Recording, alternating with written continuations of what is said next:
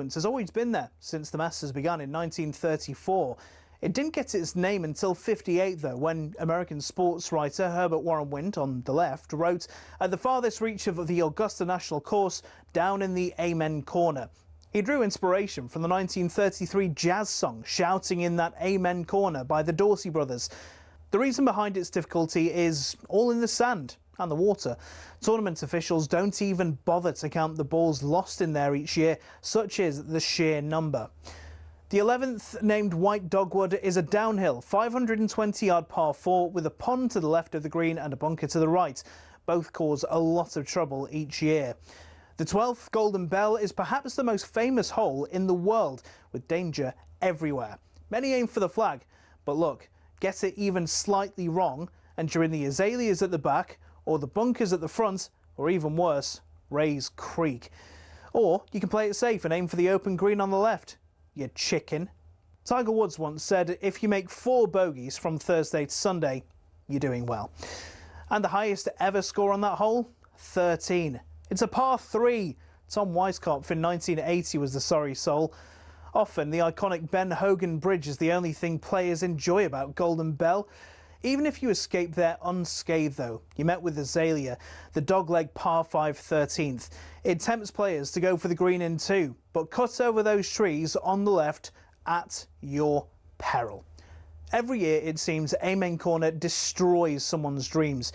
Rory McIlroy dropped 3 shots through here as his round unravelled in 2011. In 2016, a year after navigating Amen Corner expertly, Jordan Spieth shot a quadruple bogey on the 12th to throw away his green jacket. I mean, it sounds like my game, to be honest. So who'll be the next to be brought to their knees, praying for mercy after Amen Corner?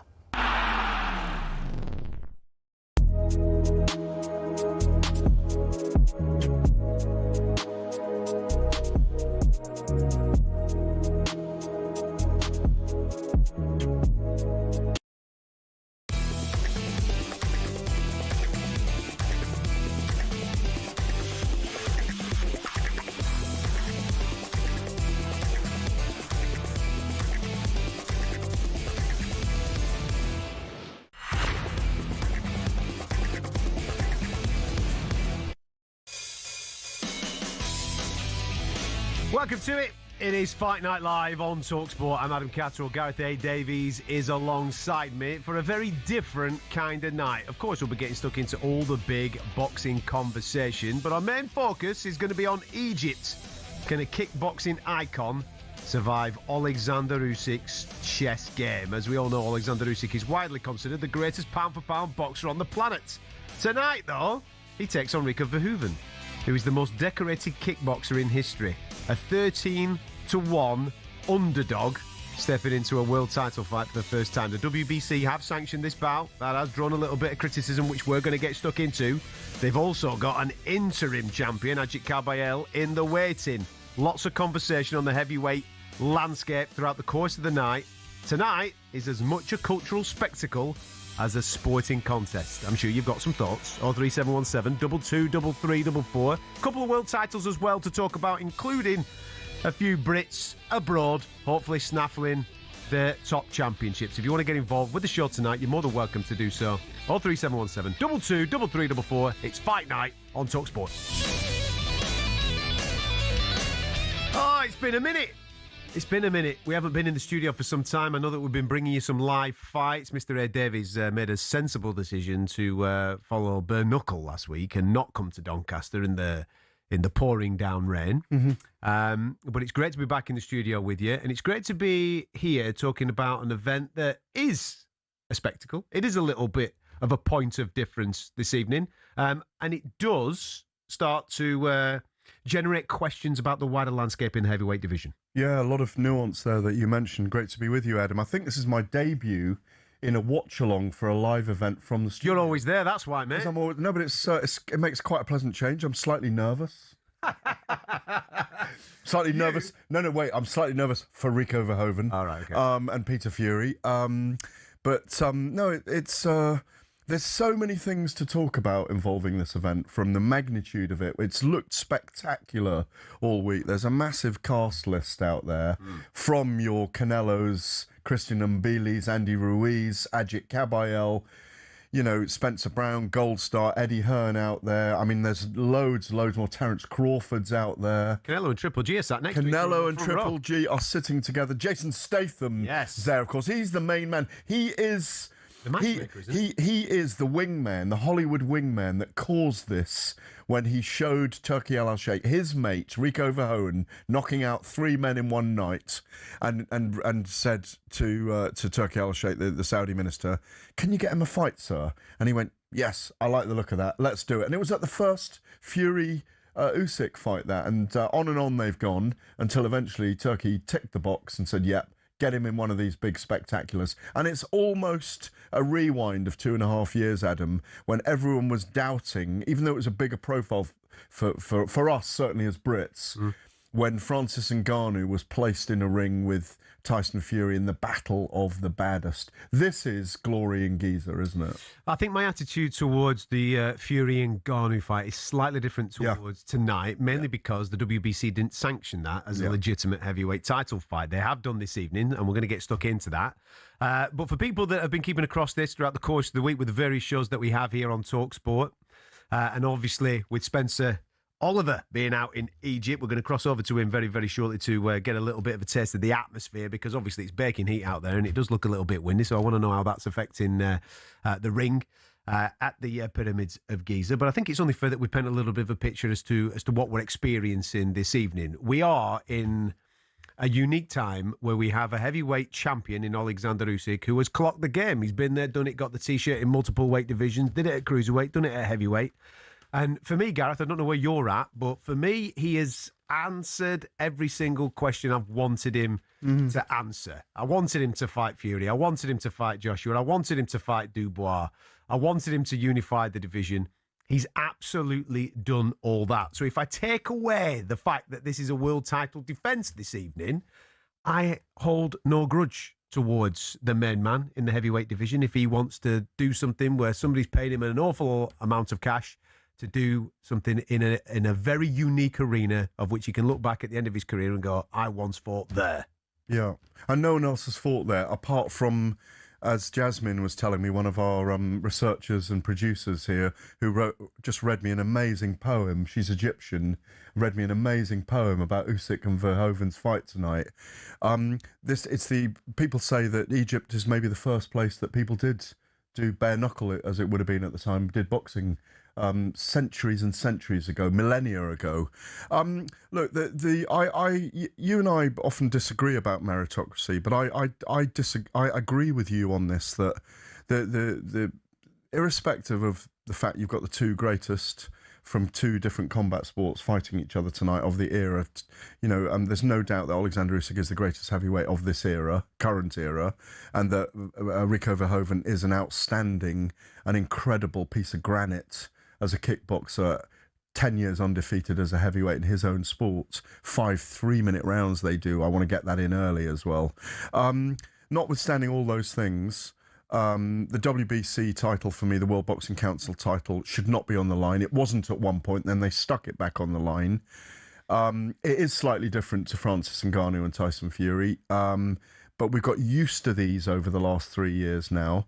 And, you know, I never say slim and none and slim left town in terms of chances for any fighter, especially heavyweights, because there's always a puncher's chance. But I think, rather like those years ago, we were both at that when Floyd Mayweather fought Conor McGregor, it's up to Oleksandr Usyk tonight, how he pitches the fight, how long he holds Rico up, how long he boxes him for, how long he decides he's going to stop him, or whether he's just enjoying the heat there and does 12 rounds. We're going to get a little bit of insight on who Rico Verhoeven is, because I've no doubt that if you're a big boxing fan, you don't necessarily flirt with the world of kickboxing. You might not know too much about him. So Gareth's going to give you a little bit of insight on Rico Verhoeven in a moment. But first, I think it's only fair that we get over to Egypt, because Spencer Oliver is there. He's been enjoying himself in his budgie smugglers all week. We're getting him to do a little more work tonight. And I believe he's with a heavyweight by the name of Mr. Derek Chisora. Over to you, Spence. How is it over there, buddy? Yeah, how are we, gentlemen? Yeah, Glory and Giza here at the Pyramids. The Pyramids actually are the backdrop of this amazing arena that they've built. And they built this place, can you believe it, guys, in 7 days. It's quite incredible, it really is. Jack Catterall has just finished the 7th round. He's dominating this fight. He had Giza over in the first round, a 10-8 round. It looked like he was going to get the job done early, but yeah, it's a shock here by Giza. Many people thought he was going to win this fight, but as I say, Catterall is dominating it. And also the crowd here that's turned up, this is a full arena. I'm hearing an estimated between 5,000 and 8,000 people that are here. No seats left, they're all here ready to go for the big fight. Obviously Rico Verhoeven versus the main man in Oleksandr Usyk.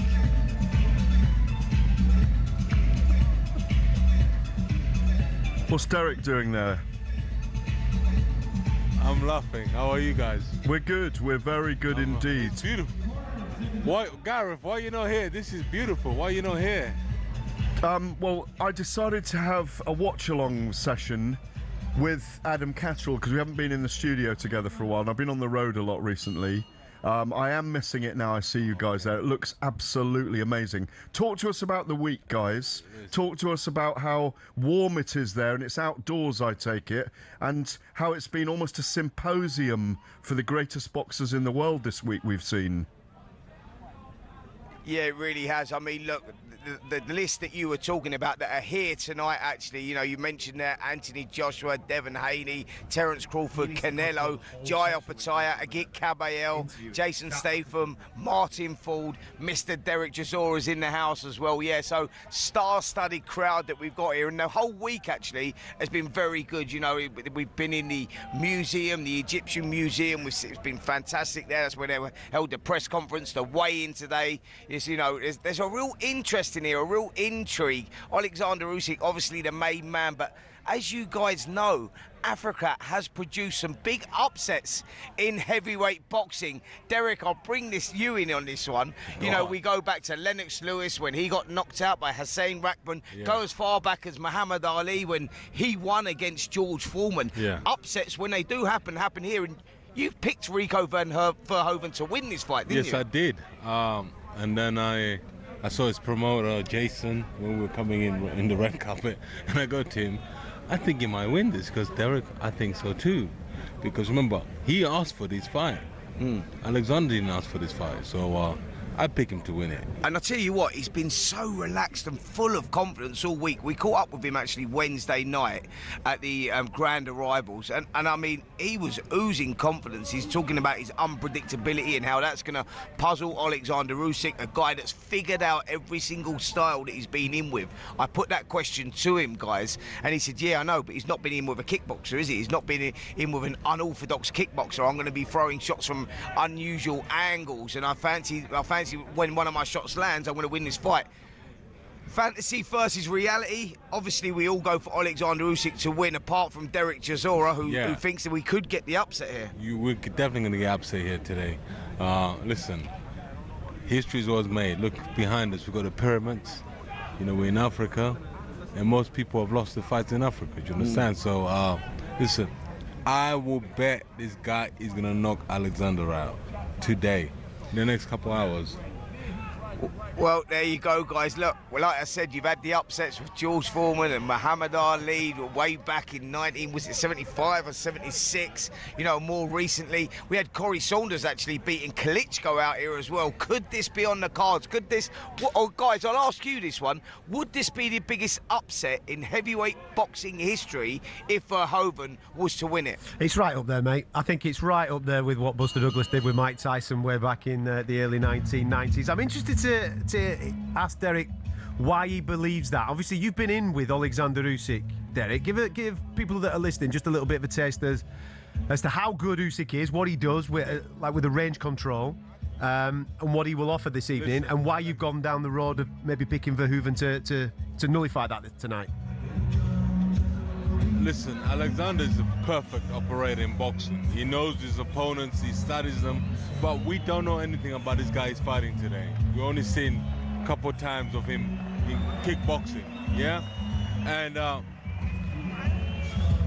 Alexander himself, he likes to box, he likes to move. This guy is tall, How tall is he? I don't. Yeah, he's about 6'6", I think. He's 6'6". He's 25 pounds heavier than Oleksandr Usyk as well. And as I say, he's coming to fight. He's coming to win here. Listen, so all I'm saying, he's going to win the fight. Yeah, I don't agree with you, Derek. Started off actually, guys.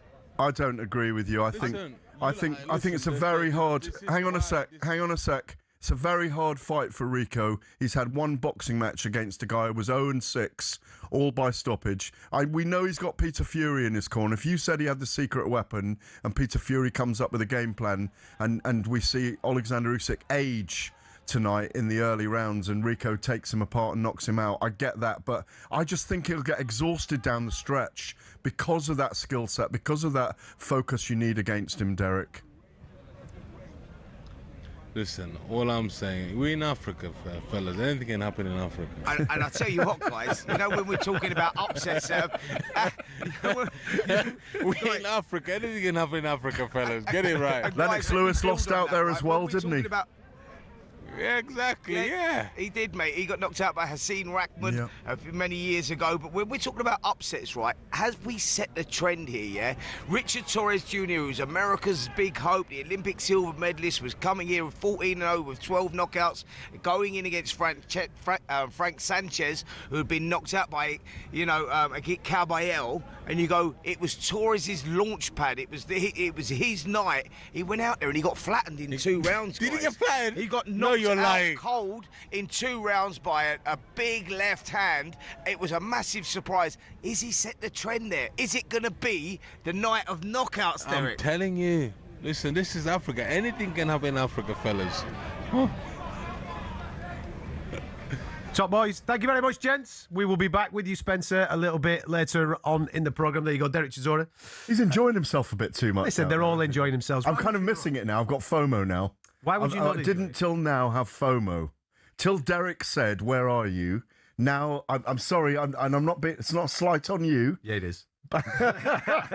No, in all seriousness, I mean, it looks like an incredible setting. The way that they've set this up, it looks absolutely superb. We'll dip back into Spencer a little bit later on to get a little bit of a taste of the type of heat that these guys are going to be fighting in, and obviously the circumstance that they're going to be fighting in, because it looks absolutely incredible. Just a little update before we give you a bit more on Rico Verhoeven. Jack Catterall and Shakram Giasov are currently in the ring. They're in round 10. And Jack Catterall has just dropped Giasov. Oh, he's not been counted. Mark Nelson did not count that. He might have caught him by a forearm there, by the way, rather than the glove. But I cannot believe he didn't count that. That would have been the second knockdown of the fight, Adam, wouldn't it? He's a long, on my card, and listen, people might call me biased with this, but I think Jack Catterall is a long way ahead in this fight. He dropped him in the first round. Personally, I'd have counted that in the 10th round as well. Jack Catterall has boxed absolutely beautifully so far. He's 2 rounds away from picking up a version of a world title. We'll talk a little bit more in depth on that later on. After the break, we're going to get stuck into a bit of Rico Verhoeven. We're going to give you a little bit of a taste as to who this guy is taking on Oleksandr Usyk tonight.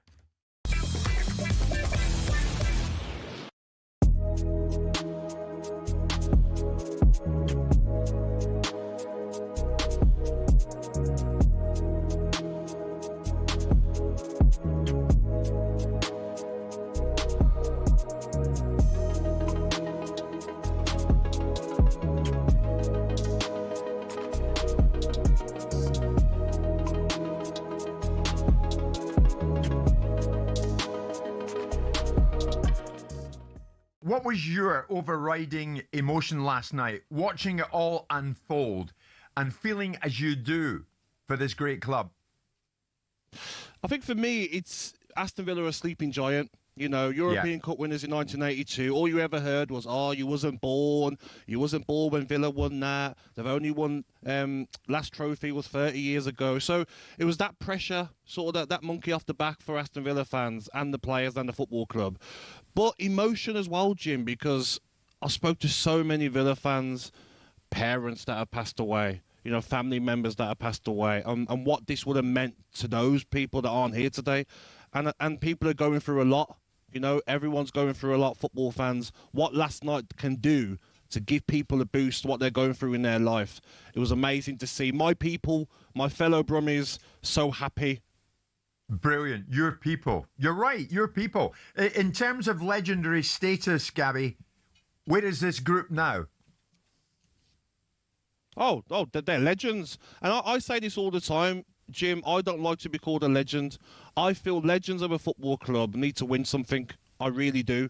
The 1982 players, they're legends of the football club. Now, these group of players are, and the one player, I don't like to pick one, but the one player that stands out for me is our captain. Scotland are lucky to have him, John McGinn. Immense, and I was so happy for him, what he's been through for this football club. The small price that Aston Villa paid for him, was it 2.5 million? What a player, what a nice guy, and what a captain. Gabby, can I ask you personally, did you watch with regret last night that you never quite experienced a night like that? 100%. Yeah. 100%. I mean, we got to the Carabao Cup final, we got to the FA Cup final and lost, but to get to a European final and get it over the line, the pressure that was on the players, because they were highly favourites in the game as well, to win against Freiburg, it wasn't like a jealous feeling. It was like, wow, I missed out. Wow, what I'll do to be on that pitch to share that, because the players know, Jim, the players get it, what it means to the Aston Villa fans to win another European Cup title.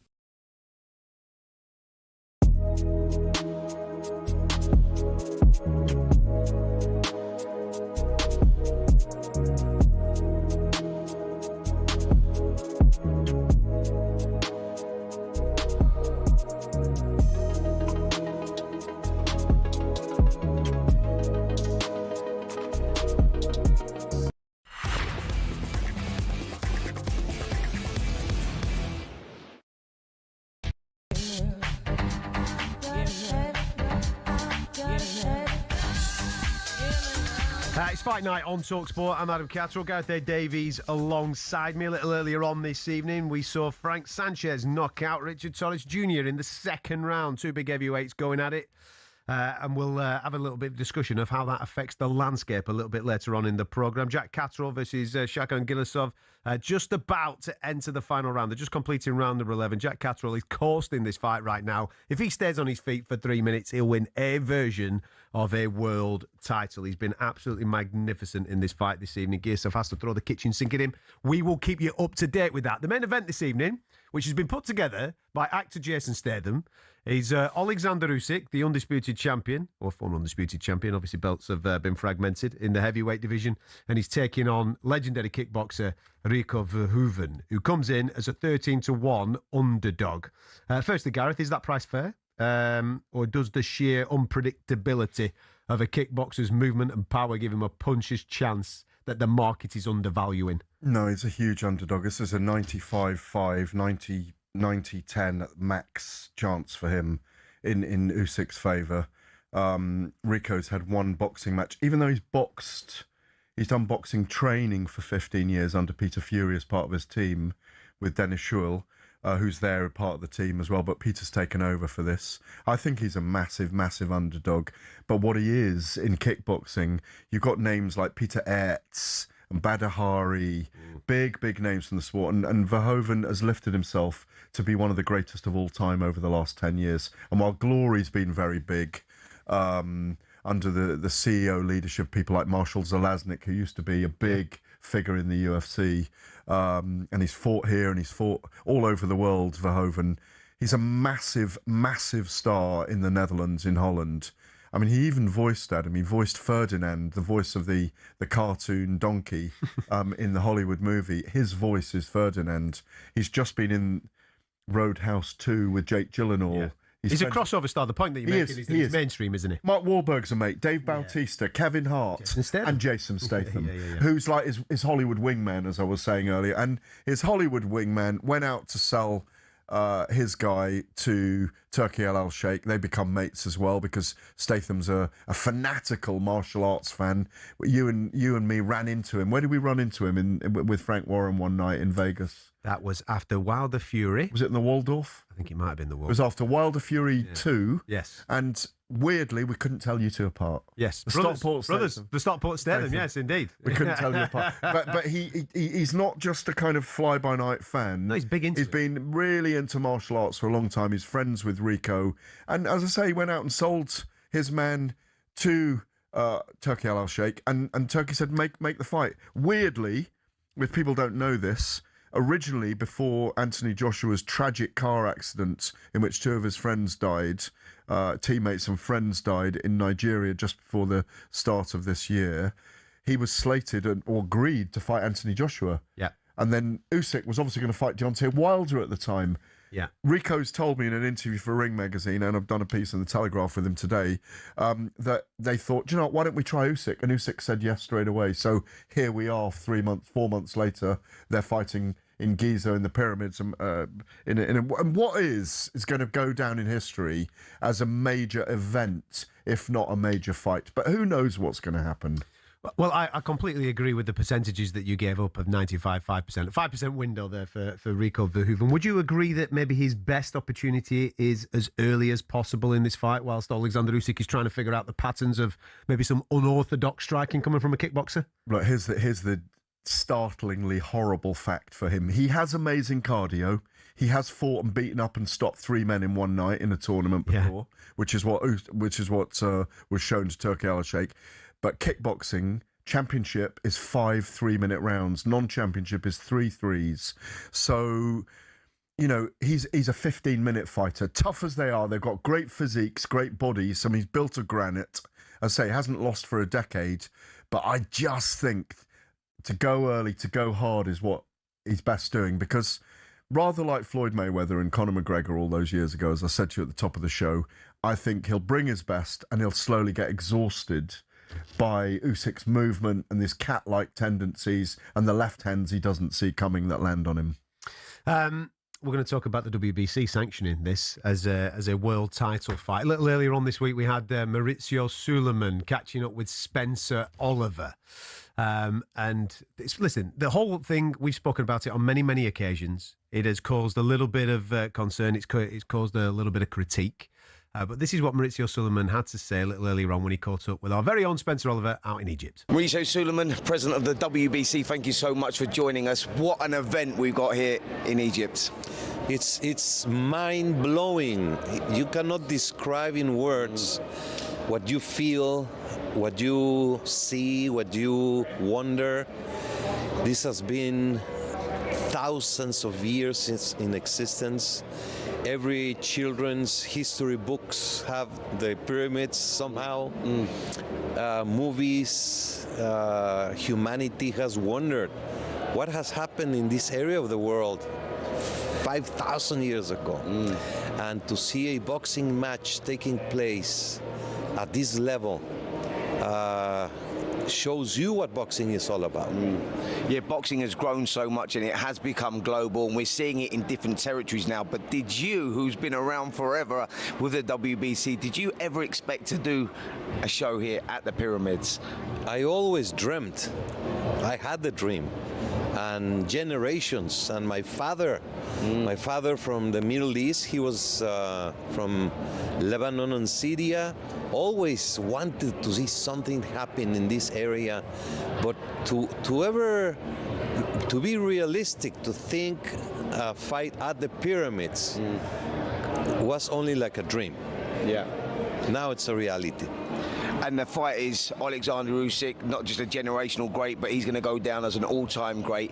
He's fighting a guy from a different discipline, Rico Verhoeven. Can you explain to us, because there's a lot of the viewers that won't understand how he's been allowed to fight for the WBC title without having a ranking?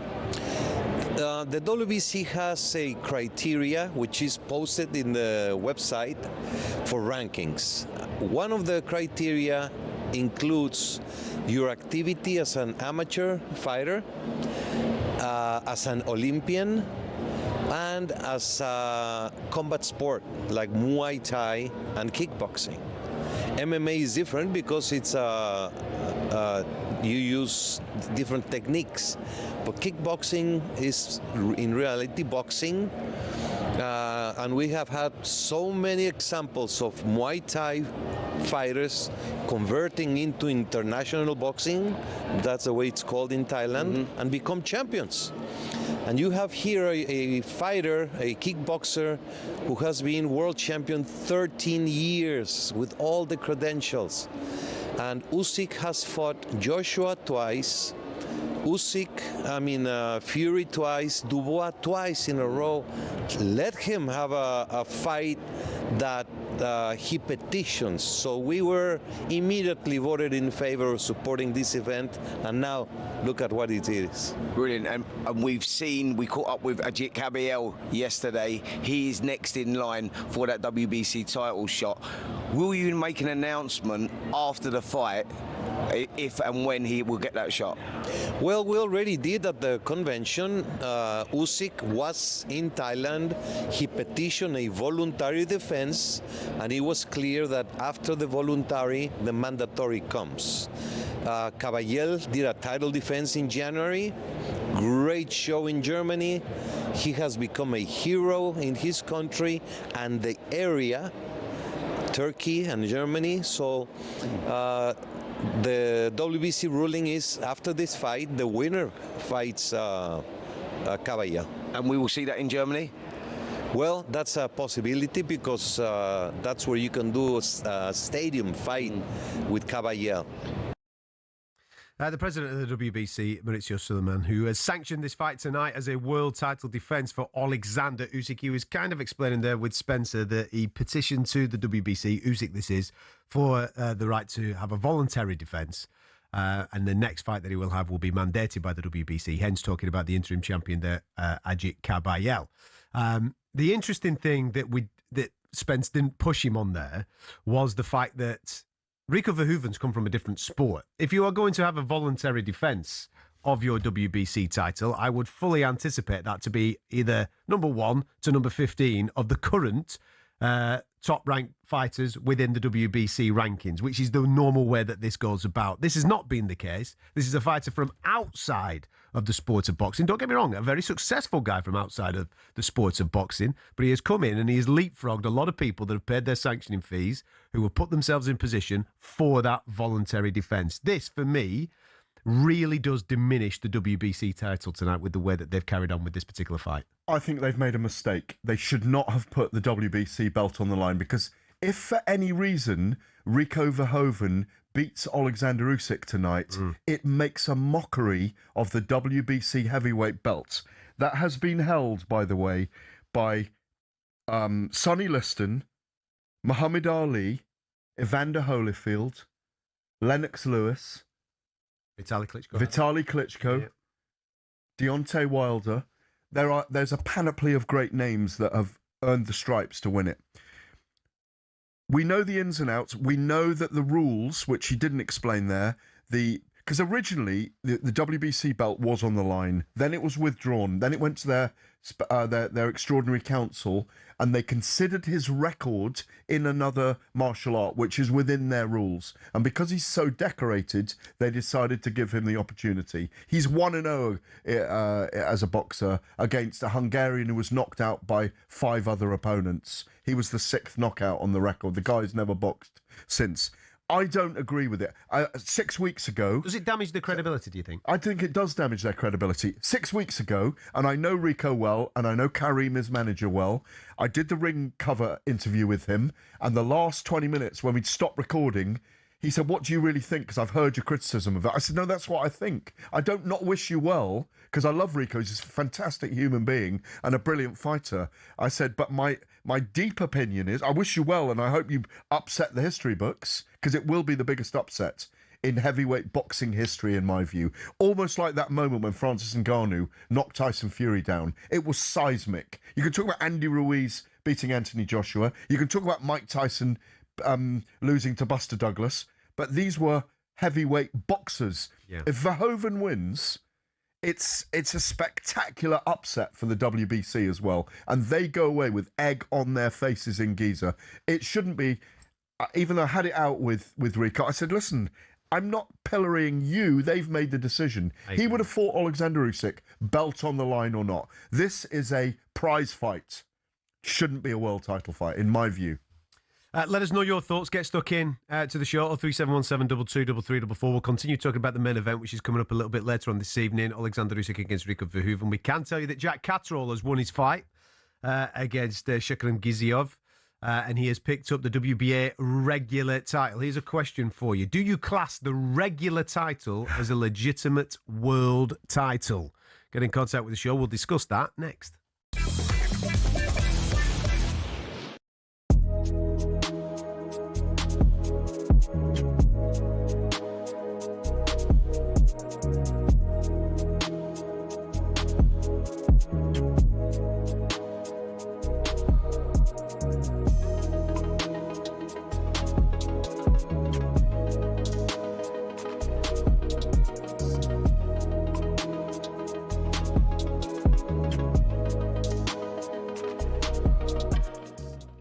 It is a sensational story and so many strands to it.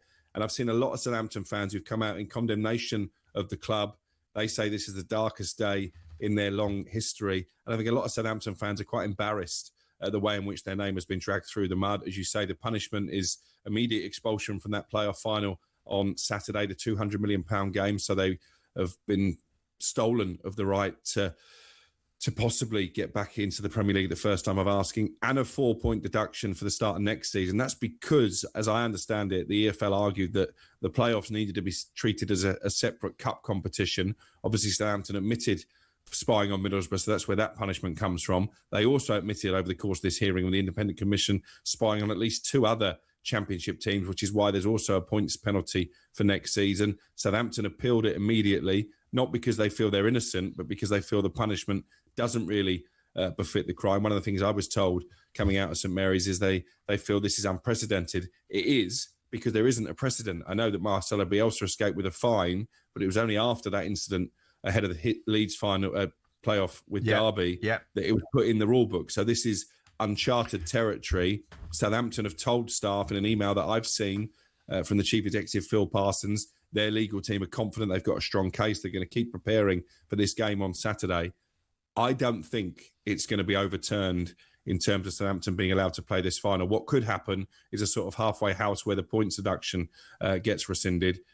But I think there's enough evidence that Southampton will not take their place at Wembley. We're hearing stories of analysts dressing as staff wearing the kits of non-league Eastleigh when Ipswich were using their training ground in order to spy. So this is quite sinister in many ways. This is not just some bloke who's turned up at the Middlesbrough training ground and filmed a few minutes of training. So I think they're banged to rights. I think they've shown very little contrition. I think it's poor that we haven't had a statement from Southampton in the aftermath of this punishment.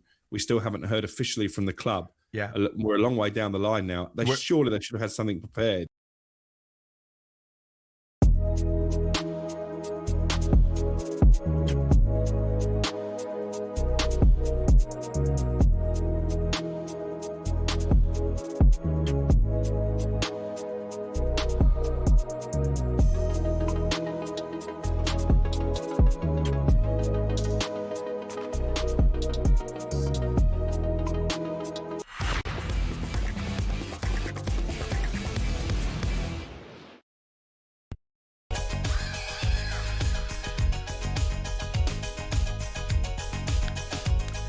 You're listening to Fight Night on talkSPORT. I'm Adam Catterall. Gareth A. Davies is alongside me. Jack Catterall just picked up a win there against Shukran Giza, picking up the regular title with the WBA. Your thoughts on that? 03717 223344. What would you like next for him? A little earlier on, Frank Sanchez knocked out Richard Torres Jr. in the heavyweight division. We've still got Hamza Shiraz challenging for the WBO championship at £168 before we get to Oleksandr Usyk and Rico Verhoeven doing their thing.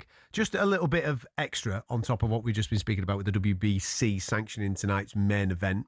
For me, and I know that obviously he was alluding to it there, the minute that this fight finishes this evening, they have to order the fight with Ajit Kabayel, and that has to be next. And then Oleksandr Usyk's got a choice then, hasn't he? Whether he fights Ajit Kabayel and defends that WBC crown or he vacates it, because Kabayel's career shouldn't be being held up with events like this. Yeah, timing. The only reason I think it works is because Ajit Kabayel has had an opportunity to draw this big audience in Germany, and that's the only reason that it's beneficial to him, that he's become almost a sports crossover star in Germany in the last year. I was speaking to Spencer Brown, his manager, about this, who's also the manager of Tyson Fury and several others, that his resonance in Germany has really grown. And had it been slightly earlier that he'd fought Usyk, he might not have been able to generate a stadium fight, but they genuinely believe now they could get 30 to 40,000 people in an arena or a stadium for him to fight. Back to the days of Hamburg, back to the days of Munich, back to the days of big arenas when I would travel there 3 times a year, twice a year, when Vladimir Klitschko was defending against nobodies, and you had your VIP, VVVIP, oysters and champagne at ringside. Oh yeah, and I did partake in that as much as possible. We enjoyed ourselves. The ripple of applause, like Lord's Cricket Ground, from the opera singers that were there. It was a big occasion. The Germans like to dress up. They're not like our fans who are rowdy and noisy and create atmosphere. The Germans are very civilised at the boxing. Henry Mask used to come out to Time to Say Goodbye. You know, it was operatic. But there's a chance with this big following that Ajit Kabayel's got, and this is the only reason I'm being positive about it, is that this could be the great time to take Usyk to Germany in the next 6 to 9 months. Do you think Usyk will do it? That's a big question, and I think he's been hinting, as we look at him on screen, 233 pounds of him, 10 pounds heavier than he's ever been at yesterday's weigh, and big man now. Yeah, I think he will, because I think he's the kind of guy that doesn't want to leave the dots joined up, the question marks about him and his career and who he was and whether he was a genuine warrior who fought everyone. Because I think that what he'll find is that there's a pugilistic puzzle there. Against Ajit Kabayel, because we all believe with his body punching he could be very effective against Oleksandr. So it's a really good challenge. So I think he will take it. Like, I think if he's around long enough and still beating everyone, I still think he might face Moses Itauma before he disappears.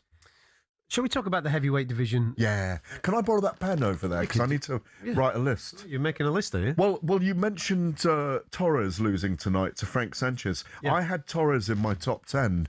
Okay. 14-0. He was undefeated before this. I think the heavyweight division's fascinating at the moment. We're just coming tonight to the close of a series of, you know, maybe starting with, what was it, with Deontay Wilder and, was it? No, Eric?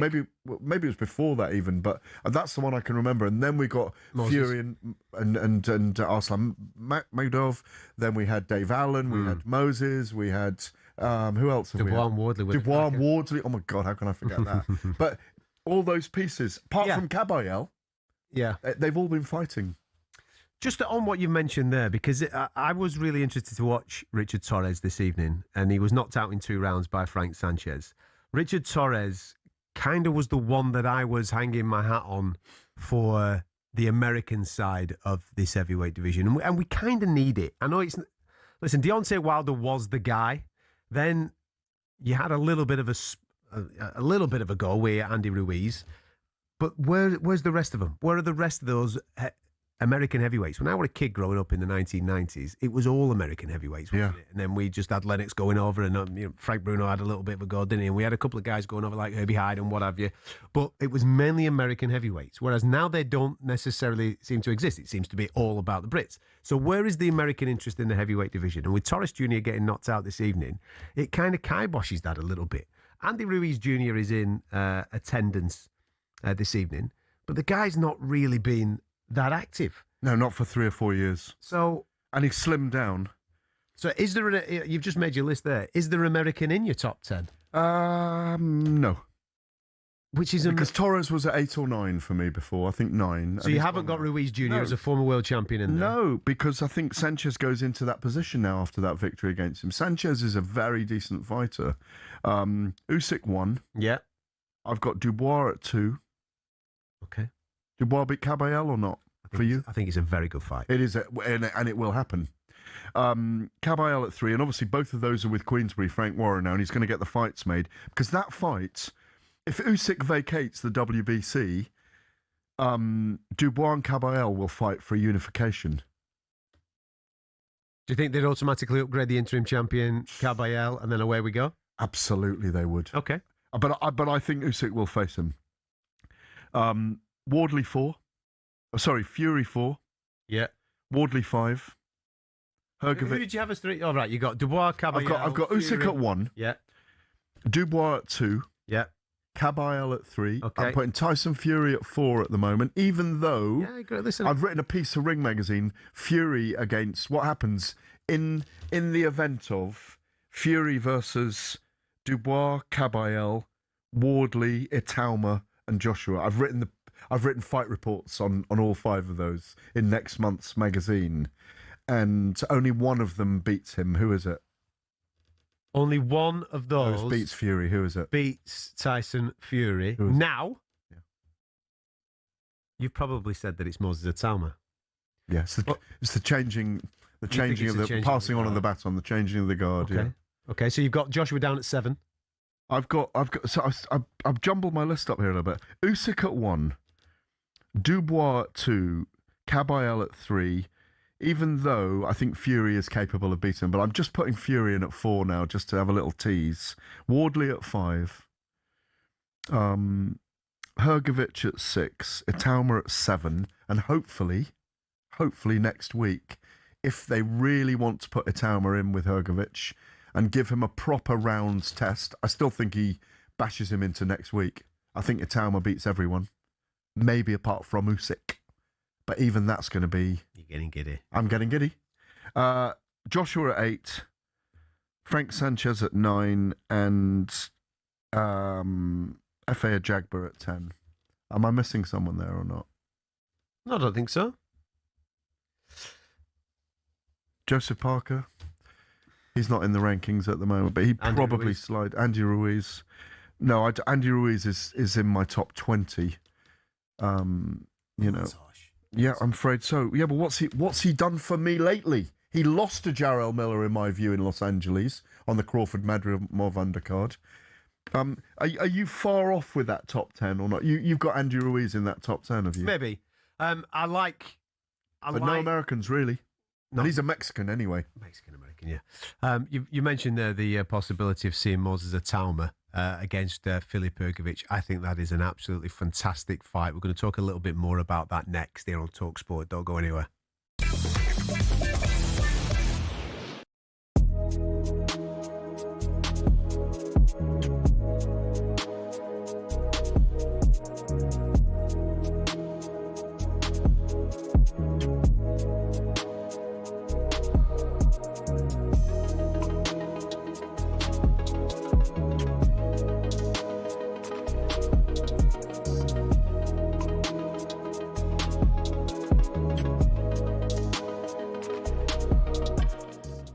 Just explain what the story is. Well, basically, Romero's injured. He can't play. Now, Spurs obviously played the biggest game of the season on Sunday. River Plate are playing against his former team on the last day of the season as well. Both teams can win the league, all right? His former club, that one that he grew up with. I don't know I can't remember the name. Anyway, they kick off at 7 on Sunday. He's gone to Argentina to watch the game instead of Spurs against Everton. Now that for me, the club captain not there on the final day of the season. If that doesn't sum up Spurs right there, that is an absolute joke. Now, there might be an argument to say he's injured, he's gone out to Argentina to get treatment because of the World Cup. I don't care. No, I'm the same. The club captain has to be at the final game of the season. Why is the club captain not at the final day of the season? He's going to watch River Plate. That is outrageous. Outrageous. Yeah. That is a sackable offence. Yeah, and whoever's allowed that to happen, whether it's come from the top or Roberto De Zerbi, they should be ashamed of themselves. It sums up Tottenham in every aspect. That is allowed to happen. Like, if he don't want to be there, fine. No, he won't want to be there. No, it's not fine. No, it's not fine. That's not fine. But no, I get that. But in terms of he don't want to be at the club, he wants out, right? Get that. But his teammates will want Romero around the dressing room. His teammates, the people that he's played around, the people that he's played alongside. You know, he's been in the trenches with. And he's decided to go and watch River Plate on the last day of the season. It's disgusting. No, It's a joke. I am absolutely. When Ryan told me this, I looked at him and had to gaze in his eyes. I said, "What are you talking about?" I'm thinking, what game is that day? Can he get back from Argentina? Like, why is he doing that anyway? No, he's going to miss one. Yeah, they kick off 7:30 on Sunday. That is. It's outrageous, mate. It's outrageous. Maybe he knows what's happening. Maybe he knows you're going to play in Championship football, and he's thinking, do you know what, right? I know where we're going. I'd rather go and watch a decent... That's not the point. That's not the point. And Spurs. That's not the point. You can't get away with that. You're a club captain. Club captain is not there on the final day of the season. That is... It's disgusting. It is so bad. So bad.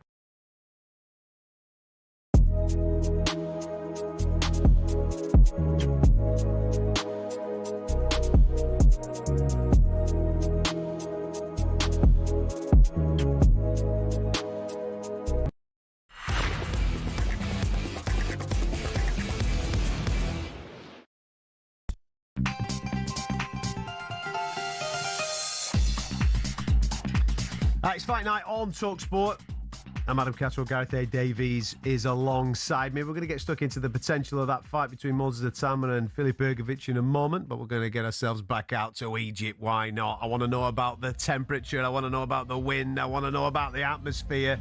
I want to know about the stars that are there. Spencer Oliver, I believe that you've snaffled one. You're speaking to another A-class celebrity. I am, mate, and you're talking about the temperature. I tell you what, the temperature is hot. Maybe not in the air, but definitely in the ring. Things are hotting up, and I am now with Aldis Cross. Who's in a series called Cross.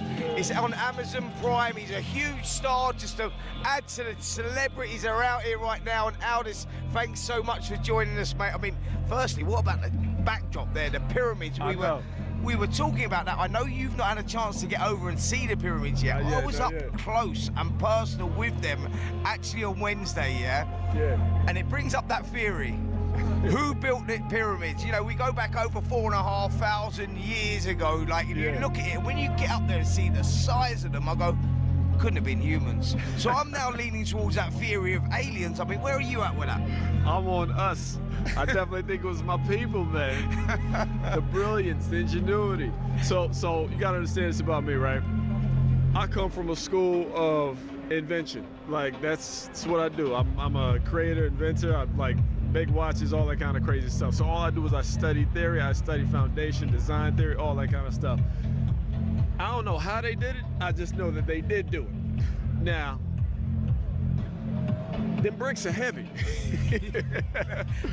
But I think about everything that came from just historically. Like, when you talk about, like, I went to the museum today, I saw the papyrus.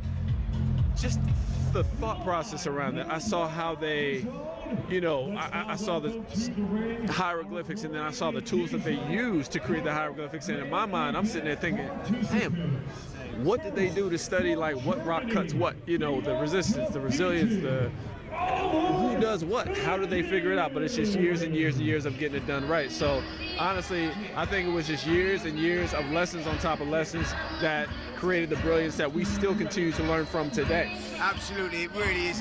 It's an incredible thing, and it's incredible that they actually built this arena here in less than 7 days. Can you believe it or not? Now, Aldis, I know you're a big boxing fan. I know you follow the sport, and you've come away from filming your series actually to be in this show.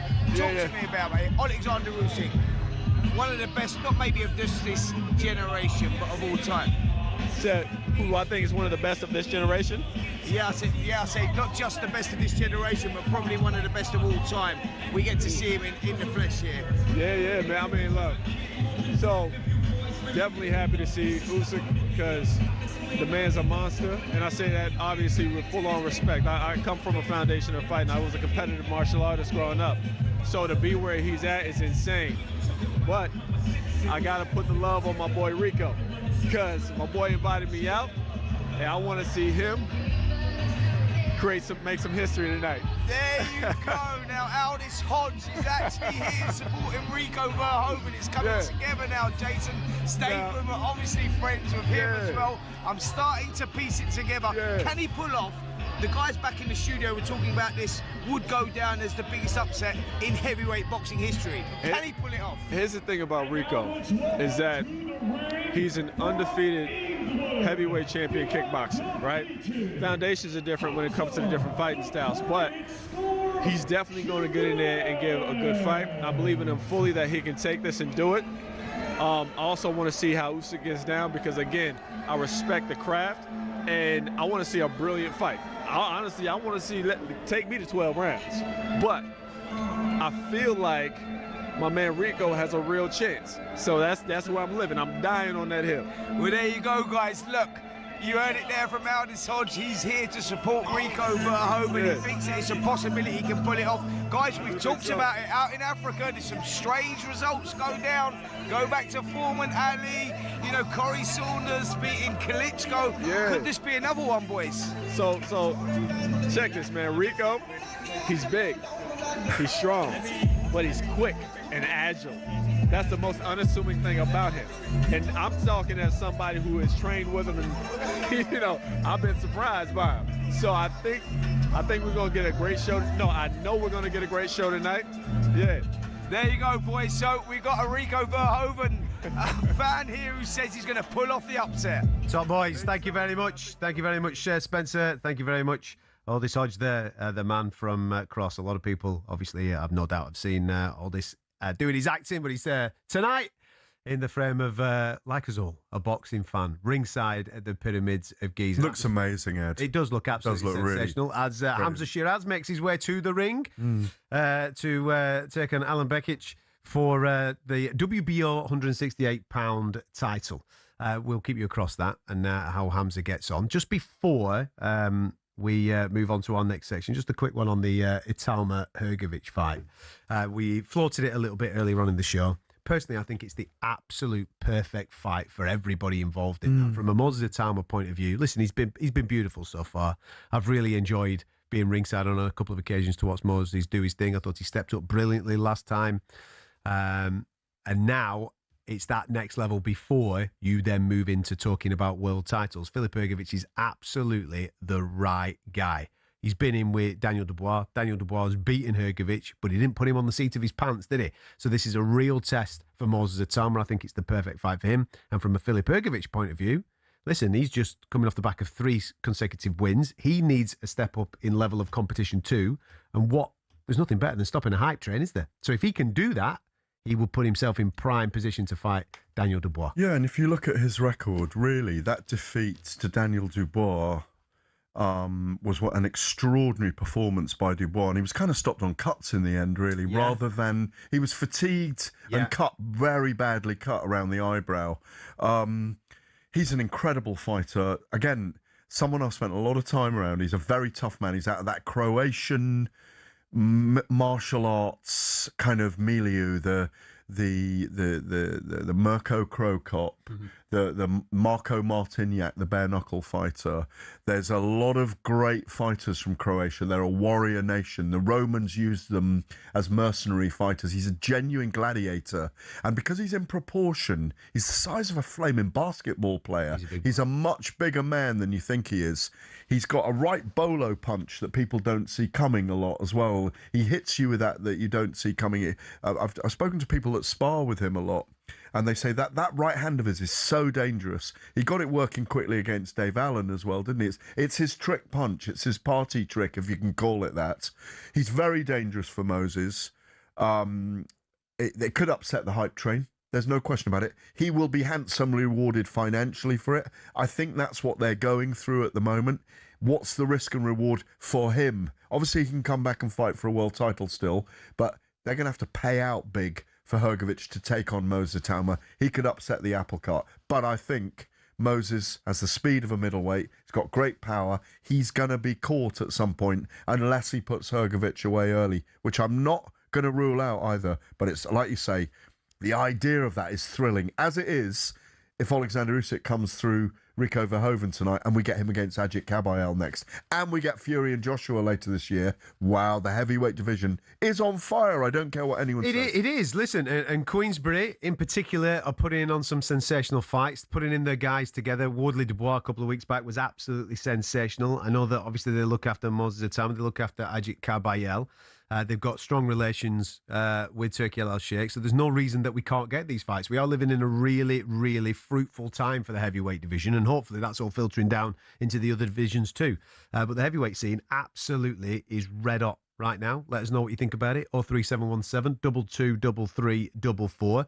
We are going to talk a little bit about the potential fight of Ryan Garcia and Conor Benn coming up on the horizon. We had that announced by Ryan Garcia, didn't we, on the Jimmy Fallon show this week? I saw that he was on. He said, I'm going to fight someone from the other side, and Jimmy thought he was going to fight a Martian. Yeah, something from Stranger Things, something like that. Anyway, we'll get stuck into that very, very shortly. Hamza Shiraz is in the ring in his world title fight. We'll keep you across that too.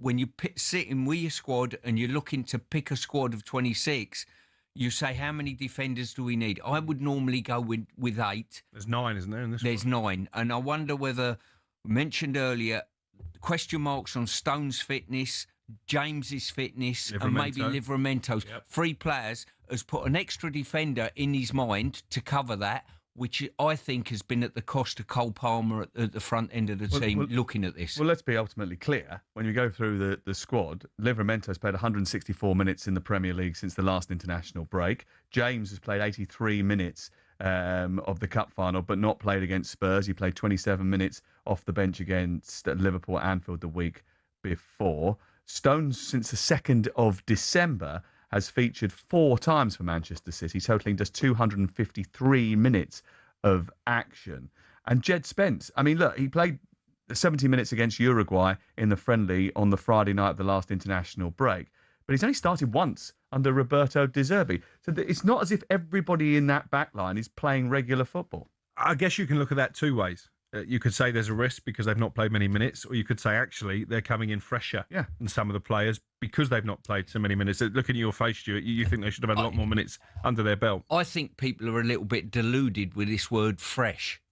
Listen, I'm fresh. I ain't played for 20 years. Don't make me a better player, you know. I think it's very, very misleading. People say being fresh. I like to get in a routine, a rhythm, 90 minutes, 90 minutes, 90 minutes going to major tournaments. I'm sure Gab's the same. If you said to him, like, have a month off and then deliver, well, he'd probably take that.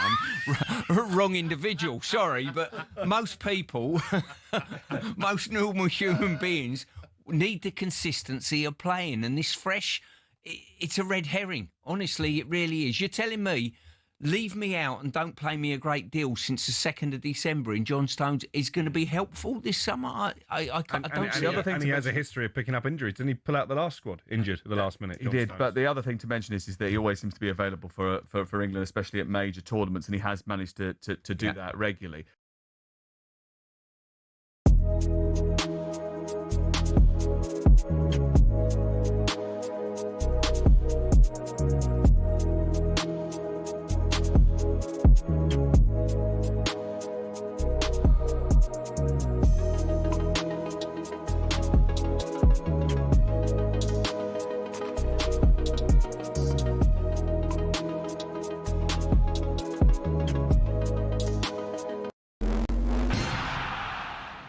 Who would have thought a sporting event's halftime show could have a bigger impact than the game itself? Well, the Super Bowl halftime show does exactly that. In 2024, Usher brought in an audience of 180 million worldwide, the biggest ever in the event's history. But how did singing and dancing get to be the centerpiece of America's biggest sporting event? The first edition of the Super Bowl was held in 1967 when the Green Bay Packers beat the Kansas City Chiefs in Los Angeles. Because of the sheer size of the event, organisers wanted to put on entertainment at halftime for the fans in the stadium. It was a display of marching bands, dancers and pure USA patriotism, and that was the theme that followed for years. In the 1980s, the Walt Disney Company got involved and we started seeing some interesting and questionable displays. But we got our first glimpse of halftime shows to come in '93 when none other than Michael Jackson stunned fans with his 15-minute medley of his own smash hits. When he walked out on stage, he had to wait for the crowd's cheers to die down for about 2 minutes before even starting his first song. Diana Ross, Gloria Estefan, Phil Collins all starred in their own shows, as did Aerosmith, who performed alongside NSYNC. Things got a little bit out of hand in 2004 when Justin Timberlake and Janet Jackson produced perhaps the most famous or infamous wardrobe malfunction in history. Shows from the likes of Prince, Lady Gaga and Beyonce are considered by critics as the best. To give you an idea of the scale of things, Rihanna's 2023 halftime show included roughly 800 people. These range from backing dancers to stage crew to camera operatives broadcasting to millions around the world. The whole stage for that show was built in roughly 8 minutes and was broken down and cleared away in the same time. The acts perform for free nowadays, even though the experts reckon it costs around $13 million to put on Rihanna's show. Artists know they'll rocket up the charts in the following weeks. Rihanna's average sales improved by 140% in the months following her performance. The Super Bowl halftime show will be a fixture in pop culture for years to come. So the question is, who next?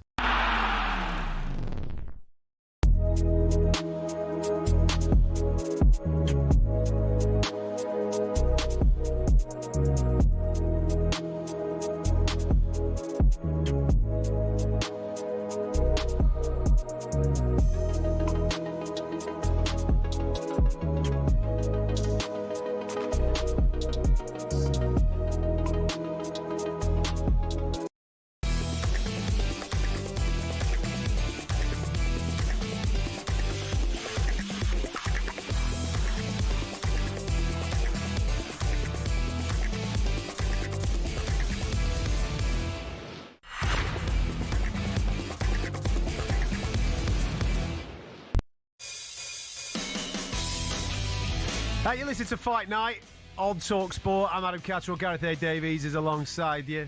We are speeding towards Oleksandr Usyk and Rico Verhoeven. That is the next fight, because I can tell you that the co-main feature has just finished. I'll give you the results in a moment or two. You can get involved with the show if you wish. 03717 223344. We're going to talk about what is next for Canelo. Yes, I know that he's going to be fighting Christian Mbili for the WBC title. It's in the pictures all this week. But he's an overwhelming favourite for that fight. And if he comes through it, who do you want to see him in with? We've got a suggestion based off what we've just seen. 03717 223344. And Ryan Garcia, Conor Benn. September is the rumour. Is it a thing? Is it something that you want to see? How big is that fight? Is it the biggest fight outside of the heavyweight division? 03717 223344. This is Fight Night on talkSPORT.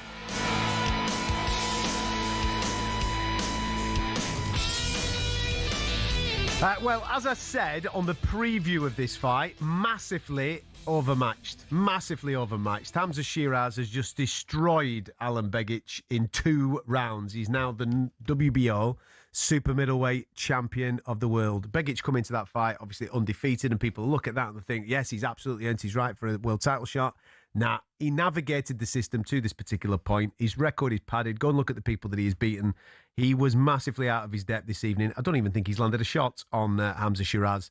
And Hamza Shiraz has taken him out inside 2 rounds. Professional performance from Hamza. He looks absolutely brilliant, but it was against lesser opposition. He's now the WBO king.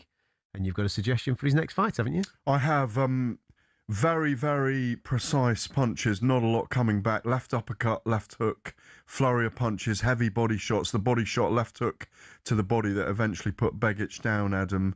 I think what happened early in that fight, Begic hasn't... What we know about Hamza is he has great power. Yeah. Carlos Adames negated that in Riyadh. And outboxed him and beat different him weight, on points. Though. Different weight. Different weight, yeah. Different weight at middleweight. And, you know, Hamza 6'4", 6'5", was... How did he make 154 once upon a time? God knows. 154, 160. Yeah. Now he's at 168. He's got true power as a super middleweight. And he wasn't applauding ringside, sitting next to Anthony Joshua, one Saúl Canelo Álvarez de Guadalajara, Jalisco, Mexico. Sitting there, did not even put his hands together. But that is the man. Never mind Christian Mbili in Riyadh in September. Obviously, I think he'll come through that. It's a hard fight against Mbili, though, who's a big operator, big, powerful operator. Canelo's the better boxer. But after that, I want to see Hamza Shiraz return to the UK with Canelo and next spring fight Canelo at super middleweight at Wembley Stadium. He's been the Brit basher, Canelo. Can you name the 9? Can you do it? Can you name the 9? What a quiz question. If you can call us now with the 9 names within 20 seconds, got to start you off. Ryan Rhodes. Wait a minute. You've asked me the question, haven't you? You obviously know the answer. Question. I know. Well, I think I can remember. You carry on talking and I'll write them down. Go on. All right. But that fight, the British fans would turn out in their tens of thousands to see Saul Canelo Alvarez face a veritable Brit with big power like Hamza Shiraz. It's a terrific fight. I'd still make Canelo the marginal favourite, but that would bring the house down because Hamza may be able to stop Canelo's long run of Brit bashing. Who's he shaking hands with ringside? Turki Al Sheikh. He's an ambassador for Riyadh Season, is Hamza. British Pakistani, of course. His father, Kamran's there by the... You know Kamran, his father, was a quick bowler for Gloucestershire. I did not know that. He bowled out the West Indies one day. He got 6 for 40 odd against the West Indies. Then he turned bad and was dealing kind of in cars in the wrong way. Went down for a stretch at Her Majesty's pleasure. He's a fantastic man, Cameron. There he is with his son right now. Andy Lee, I'm pleased for him. Hamza is the next gen of our British fighters. Have you written 9 names down yet? I've got 7. Come on, give me them. Liam Smith. No, you got to go in order. Oh, hang on, I can't do that. Right, you got to go. Right, just let me whack them out. Right. Liam Smith, Callum Smith. Yeah. Amir Khan. Yeah. Matthew Hatton. Yeah. Ryan Rhodes. Yeah. Billy Joe Saunders. Yeah. John Ryder. Yeah. I'm stuck now. Go on, what's your other 2? Rocky Fielding. Ah, Rocky, as if I missed that. Rocky Fielding. Yeah. Come on, it's your quiz question. Can you not remember that? Is it 8 or 9? I don't know. We'll get the 9th one. Liam Smith, Callum Smith, yes. Amir Khan, yes. Matthew Hatton, Ryan Rhodes. I wanted them in order, really. Billy Joe Saunders, John Ryder, Rocky Fielding. That's 1, 2, 3, 4, 5, 6, 7, 8. Yeah. It may be 8. You AIing right now or not? I'm going to find out your answer, mate. Yeah. I miss Rocky Fielding. It's easy to forget Rocky Fielding. That's disrespectful. No, I don't mean that. No, I don't mean that about Rocky. Every time I'm somewhere in the world, I saw Rocky in Thailand the other day. I saw him in Dubai the other day. He's everywhere. I think it's 8, isn't it? Yes. Yeah. And Hamza would be the 9th. Hamza might be the 9th. Yes, indeed. On Hamza, if we've forgotten you, I'm sorry that you went 12 rounds, whoever you are, with Canelo. Everyone's gone 12 rounds. Listen, with them on Hamza Shiraz and the Canelo fight, I think he's in a really good position because obviously he's an ambassador, isn't he, for the Riyadh season with Turki Al Sheikh. So therefore the funding will be there for that fight, which is obviously then that'll become attractive for Canelo Alvarez. Could you see a time? I don't know what. Obviously, Canelo's not fighting until September, is he, against Christian Mbili? So therefore, Hamza's going to have to wait post that. In the interim period, could you make a Hamza Shiraz Chris Eubank Jr. fight at £168?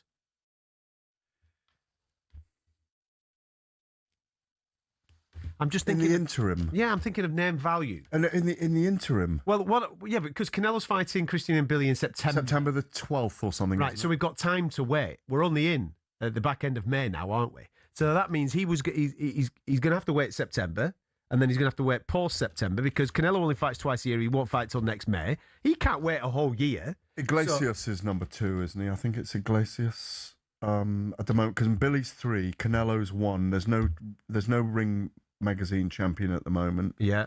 Trying to think of another super middleweight that would be a good fight for him. Well, the problem is that there's no names. They've all moved up. There are no names. Yeah, they're all moving up. They're all moving into light heavyweight. They're all moving into now cruiserweight. I mean, Benavidez has gone all the way up to cruiserweight. I've got one. Go on. I've got one. Hamza Shiraz has to face Zach Chelly, who comes down to 12 stone, or they do it at catchweight. After Zach's win the other day. Well, listen, he was up. From a Zach Chelly point of view, absolutely outstanding. But that is going to deliver that fight, isn't it? It's going to deliver. Yeah, but what? It's a money maker for Chelly. It's a keep him warm fight for Hamza. He's got, what's he got now? The WBO, isn't he? The WBO was vacant, wasn't it? as Spencer Brown there with Hamza Shiraz. Tiny little bit of commentary on the ring here at the moment. Hamza's so mellow, you know.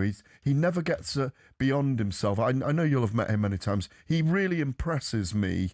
He's from a warrior tribe, his family in Pakistan as well. You know, obviously he's very much British, but I was with Amir Khan last weekend, who was working with me at the BKB. In fact, in the background there, doing Hamza's security, is a guy called Dan Lurwell. I can see the back of his head, who won in his bare knuckle fight in Manchester last Saturday night, and then jumped on a plane to Egypt to do the security for them.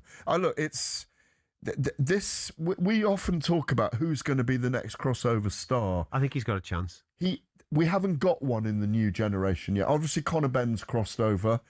Hamza's a different kind of character, deeply religious, doesn't trash talk his opponents, talks with his hands, doesn't he, and his feet in the ring, is always modest, and he's a great character. And a great stand-up character, a great stalwart for British boxing. No, I think he represents his community incredibly well. I think he is that crossover star, absolutely. When I was spitballing potential fights for him, I'm thinking of those big commercial moneymakers. This is no disrespect to Zach, actually, because from a performance last week against David Morrell, he was absolutely incredible. He was incredible. But obviously we're talking about different weights and what have you. For me, Canelo, Eubank Jr. Is Jaime Munguia a big name? I mean, he's just picked up the WBA version of this title at £168. Jaime Munguia. He's already beaten him up. Oh, Canelo's already beaten him. Yeah, but I'm thinking of something for Hamza now. I like Munguia. I like Munguia. That's a good call. But there's no. The problem is in the £168 division, there isn't that star other than Canelo. No. Everybody's chasing the Canelo money, aren't they? No. So it is going to be interesting to see how they navigate him next. But congratulations to him, because he is undefeated. He did have that draw on his ledger in a lower weight division. He stepped up tonight and he's become a world champion. I've got one. Turki Al Sheikh. This is fantasy now. I'm doing fantasy fight making now, okay? This is pure fantasy factory. Turki Al Sheikh is there tonight. He loves Hamza Shiraz, and we know that Turki Al Sheikh wants Hamza Shiraz and Canelo to fight. I know that Spencer Brown, who also manages Hamza Shiraz, wants him to fight Canelo. It's the right time for him to fight Canelo. In the interim, I'm saving it for the break. I'm saving it. Who do you think Hamza Shiraz should fight next?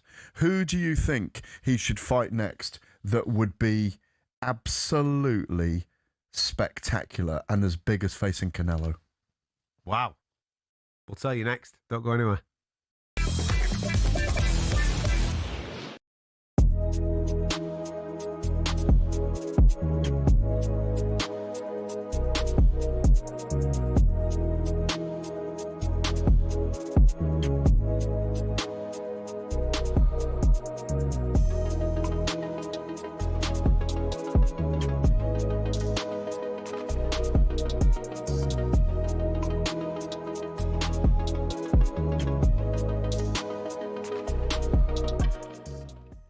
Thomas Tuchel, when it comes to naming these squads, he always gives us a headline, doesn't he? Do you remember when we were broadcasting from Ascot and he left out Jude Bellingham?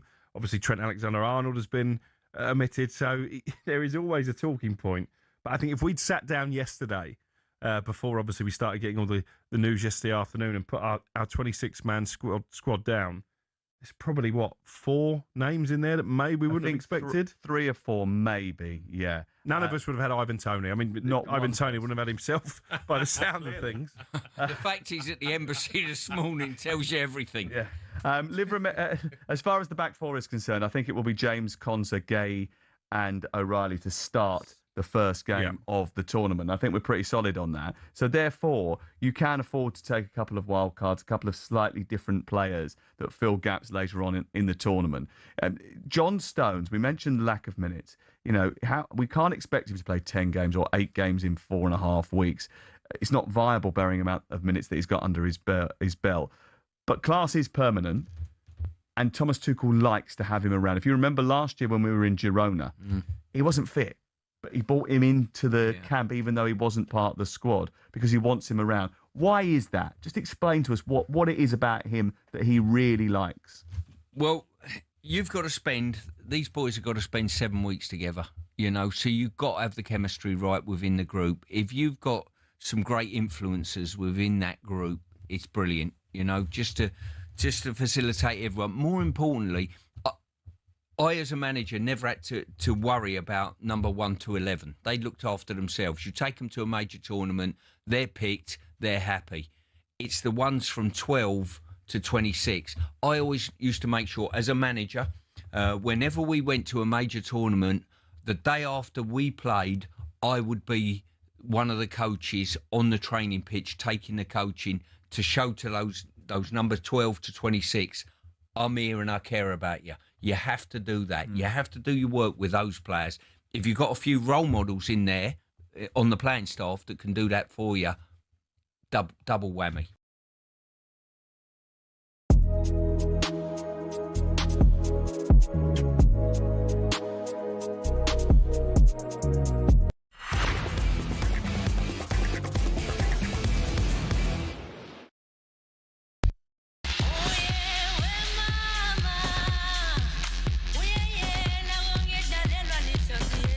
It's fight night on talkSPORT. I'm Adam Catterall. Gareth Davies is alongside me. He's just told me the fighter that he's going to suggest to fight Hamza Shiraz next, who has just become the WBO super middleweight champion. Congratulations to him. Great victory out at the Pyramids of Giza. We predicted it. We predicted that it would be quick. We went less than 6. Some people I saw say less than 4. It was in 2 rounds. He stopped Alen Begic to become world champion. Congratulations to him. I would love him now to be hurtled towards Canelo. There might be a possibility of a Chris Eubank Jr. fight in the interim as Canelo fights Christian Mbili.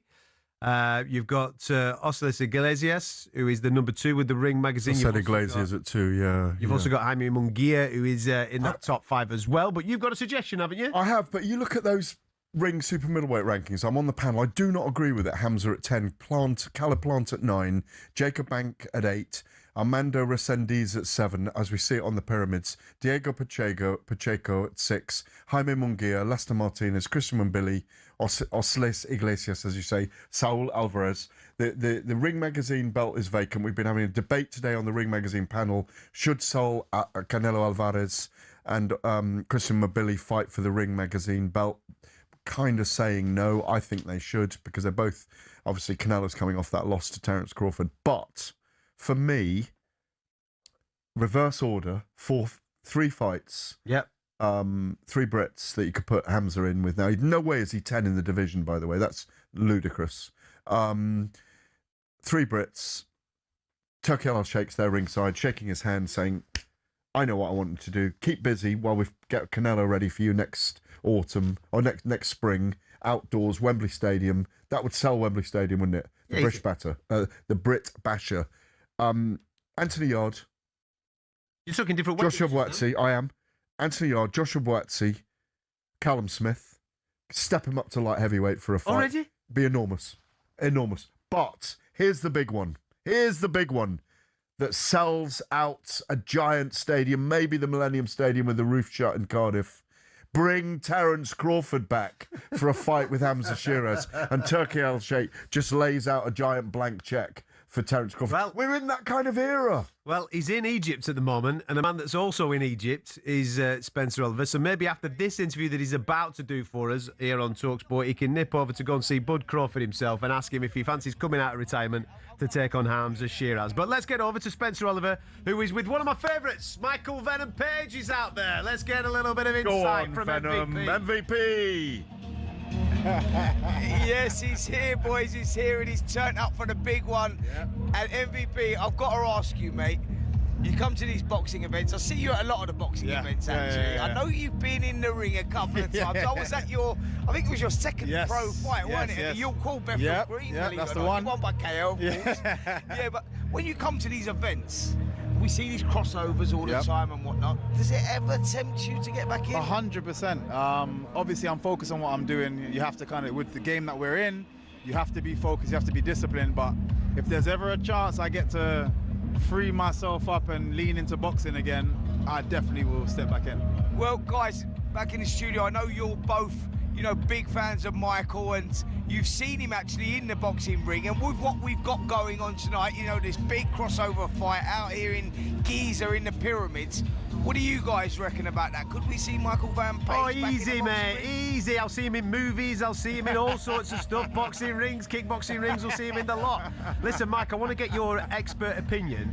Tonight's contest between these two. Yeah. I want you to give us a little bit of insight to range, the differences between kickboxing range, boxing range, because Rico's going to be facing that tonight against Oleksandr Usyk. You know what? Interestingly enough, Usyk for me favours a little bit of a kickboxing range as well. I don't know if he's ever done kickboxing before, but his movement, his bounce, how light he is on his feet, I feel he's going to be comfortable with the range of kickboxing. Like, I don't know if he's done it before, but I feel like he'll be comfortable. Where Rico for me is going to get success is immediately at the start. Do not let Usyk figure out your game plan, because as much as Usyk is the more experienced, obviously, he's never seen you before in a ring. So if you give him time to figure out what you're looking for, then the game's over, you know, and he can probably finish it at any time he wants. But if Rico comes in all guns blazing, Hail Mary, and just doesn't give him enough time to think, he can definitely create an upset here. I want to pick up on what you were just saying there. Sorry, Gareth. No, go ahead, Spence, go ahead. Michael was saying. Yeah, thank you, mate. So yeah, Michael, you were talking about speaking to Rico earlier on in the week, and he is supremely confident, as he should be. He's been dominant in his discipline, in his sport for 13 years or so. But he's saying it's the unpredictability that he's going to bring to Oleksandr Usyk. And yeah, Usyk works styles out, and he does that, and he's a genius at doing that. But he said he's bringing something different now. You will be able to sort of back him up on that a little bit, because you're coming obviously from a different discipline. You've been in the boxing ring. So what sort of problems will he pose, and how unpredictable will it be to other boxing styles that you've seen? It is the unexpected, like Rico's saying. But if he spends too long in there, he's going to try to become a boxer. And that's what can happen. He has to understand, and I feel like he realizes that from what he said to you, is he has the effect of, I don't know what's coming, but that only lasts 3-4 rounds, and then there's going to be repetition, there's going to be patterns, and Usyk is exceptional at figuring those things out. So you cannot have this last too long unless you really hurt him early, and then it's just a matter of time about finding those shots again. But even still, that's difficult, because he's going to know how to keep safe, and where figure it out. Even in that situation, he just needs to try and finish the fight early. I'm agreeing with you on that big time. That for me, Rico's got to be very Hail Mary in this fight. The big right hand, we know he fights 5-3s. Yes, he does 3 fights in a night in a tournament sometimes, but he's a 5-3s fighter. Kickboxers have very tough bodies as well. They can take the body shots. He's got to get into range and try and bully Usyk as much as possible. Because once Usyk does that 3-step that he does, he'll start hitting Rico with left hands he doesn't see coming, in my view. And we've said it all along, he'll exhaust him, and he'll fatigue him, and he'll stop him between rounds 7 and 9. That's the way I see it. Yeah, it's an interesting one, though, Gareth, isn't it? Because like Michael says there, Rico goes out and he throws everything, the kitchen sink included, in those first couple of rounds. And you sort of like, that's the unpredictability about heavyweight boxing. You just don't know that. And, he's going to bring that to the table. And that's the intrigue going into this one tonight. It really is. It's like, actually, Michael, I'm looking at you there, mate. You're looking in good shape. What's he really here for? Is it to support his mate, Rico Verhoeven? Is he going to put on a few pounds and put up a challenge if he comes through? It's going to be... Come on, mate, give us a little insight. I'm here just to support my guy, but I'm staying in shape. I'm definitely staying in shape. Yeah. Watch this space, guys. That's what I say back in the studio. Top stuff. Spence, Mike, thank you very much for your time. Michael Venom Page catching up with Spencer Oliver out in Egypt ahead of this big showdown tonight between Oleksandr Usyk and Rico Verhoeven. We're going to get stuck back into it in a moment or two. I can see out the corner of my eye that Alistair Overeem, the Reem himself, is part of the illustrious broadcasting team. Maybe we can get a word with him throughout the course of this evening, because that man knows a thing or two about kickboxing, doesn't he? He was the first UFC heavyweight champion from he was born in Hounslow. Yeah. Born in London. even though the Dutch have claimed him. We claimed him, the first UFC champion born in the UK. Stick with us. You're listening to Fight Night on talkSPORT.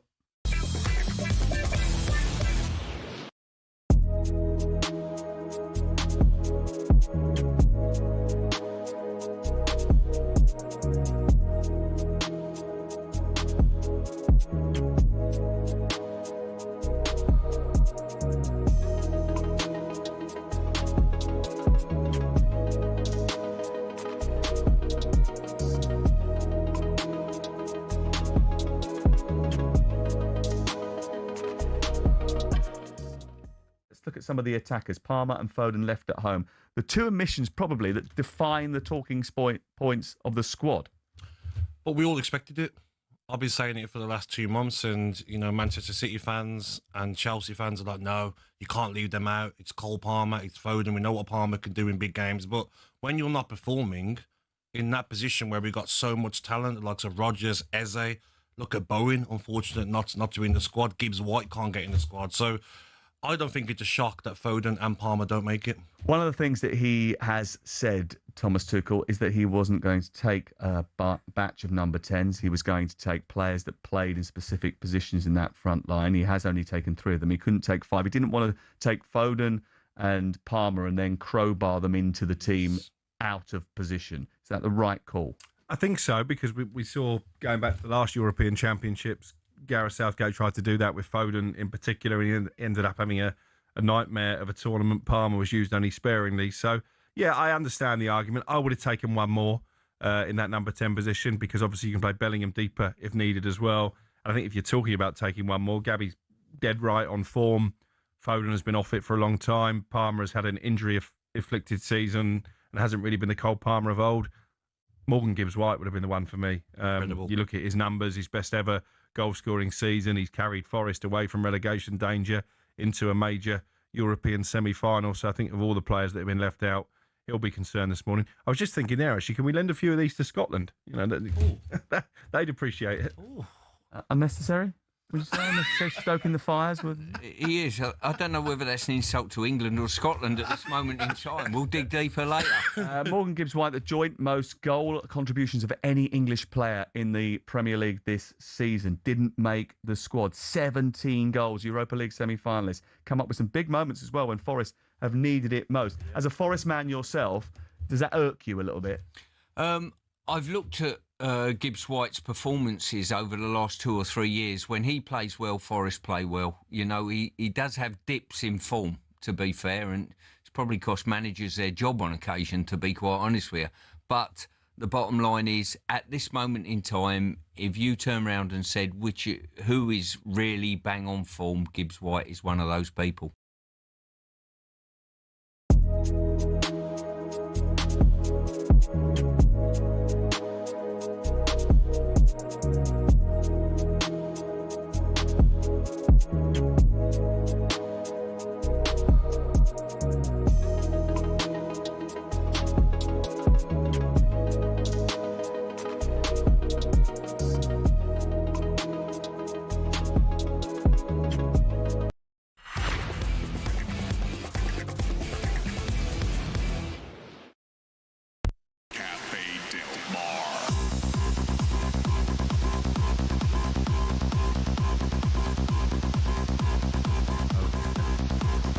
Fight Night on talkSPORT. We are on the talkSPORT Boxing YouTube channel as well if you want to get stuck into a little bit of a watch along.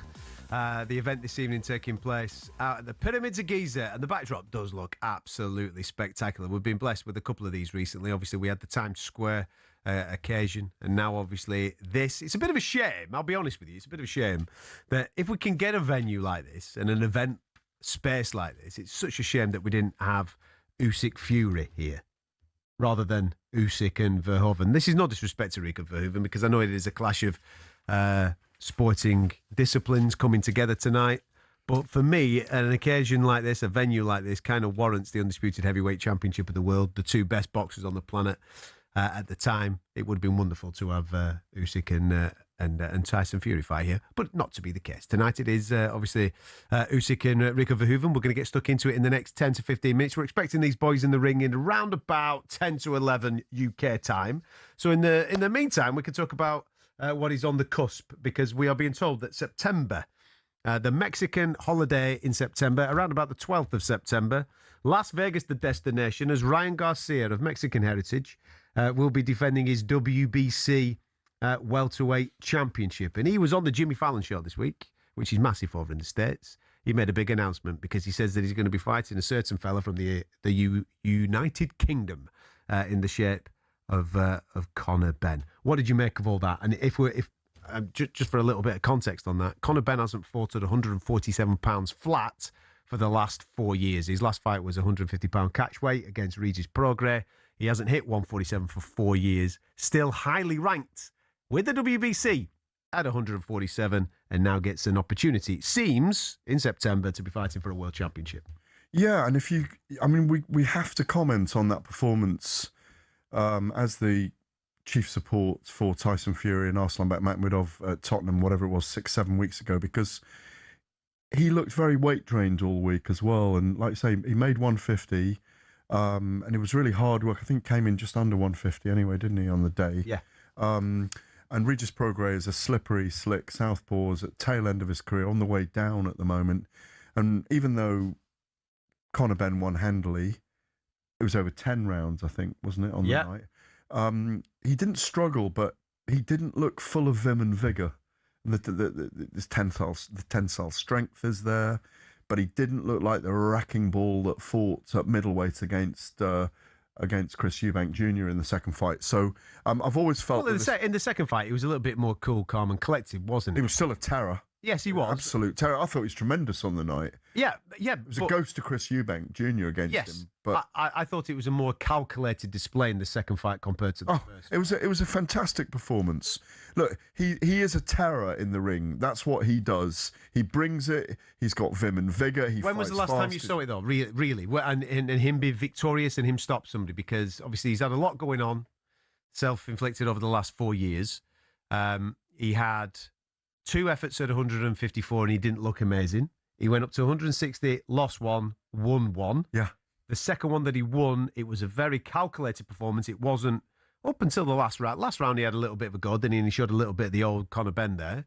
And then now he's come back down, all the way down to 150, which is a lot. And he's 29 now. Yeah. We think of him as a 24-year-old, don't we? But he's 29 now. And he's coming to the peak of his powers. He should be fighting at middleweight now, physically. He's not a big middleweight. He's not a big middleweight. He's not a big light middleweight. He's a welterweight size. He's not a huge man.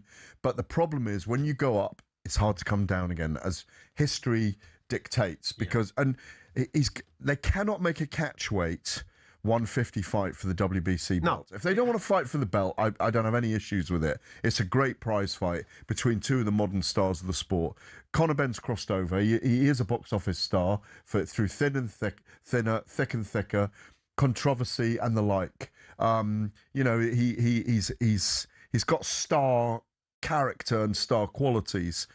If he's going to make 147, if he's good at the weight, it'll be a good fight. If he has really struggled at the weight, he's going to struggle against Garcia, who is a massive puncher at welterweight with both left and right hooks, notably that left hook. It's a dangerous fight for him. I think it'll deliver all the way to the fight, but I'm afraid I think he'll get knocked out by Ryan Garcia, unless he knocks Garcia out himself. I want to see Devin Haney in with Ryan Garcia as well in the rematch. That's a massive fight. But Conor Benn, I've said this before and I will say it again, could end up with 50, 60, 70 million in the bank and never win a world title. And that's an extraordinary thing to say, but it will make him a very successful boxer in this period. If you're Conor now, is that the fight that you go after and you take now? Yeah, because it's so big. It's a really big... At 147? Yes. Go and take it. Go and have a go at it. Look, he's a big and controversial star here. The Americans love Conor Benn. I've been over there when he's around. They love him. He can saunter in, every chat show. If those two go on Fallon together, they'll be rolling around like Ali and Frazier on the floor in their suits, arguing in their slippery brogues. Everything they do in the build-up to that fight will be box office gold. The fight itself, I favour Garcia in a big way. Is it the biggest fight outside the heavyweight division? Oh, no. I think there's big fight. I think Bivol Benavidez. I think, obviously, which one does bigger commercially? I know that's the biggest commercial fight because of the draw of Ryan Garcia and his huge social media following, because of where Conor Benn sits now, because Ring will be behind it, Turkey Al Sheikh will be behind it, Zuffa Boxing will be involved in it. It's a big crossover fight in lots of different ways. There's a couple of fights that spring to mind when I'm thinking about those commercial crossovers that would generate some big cash.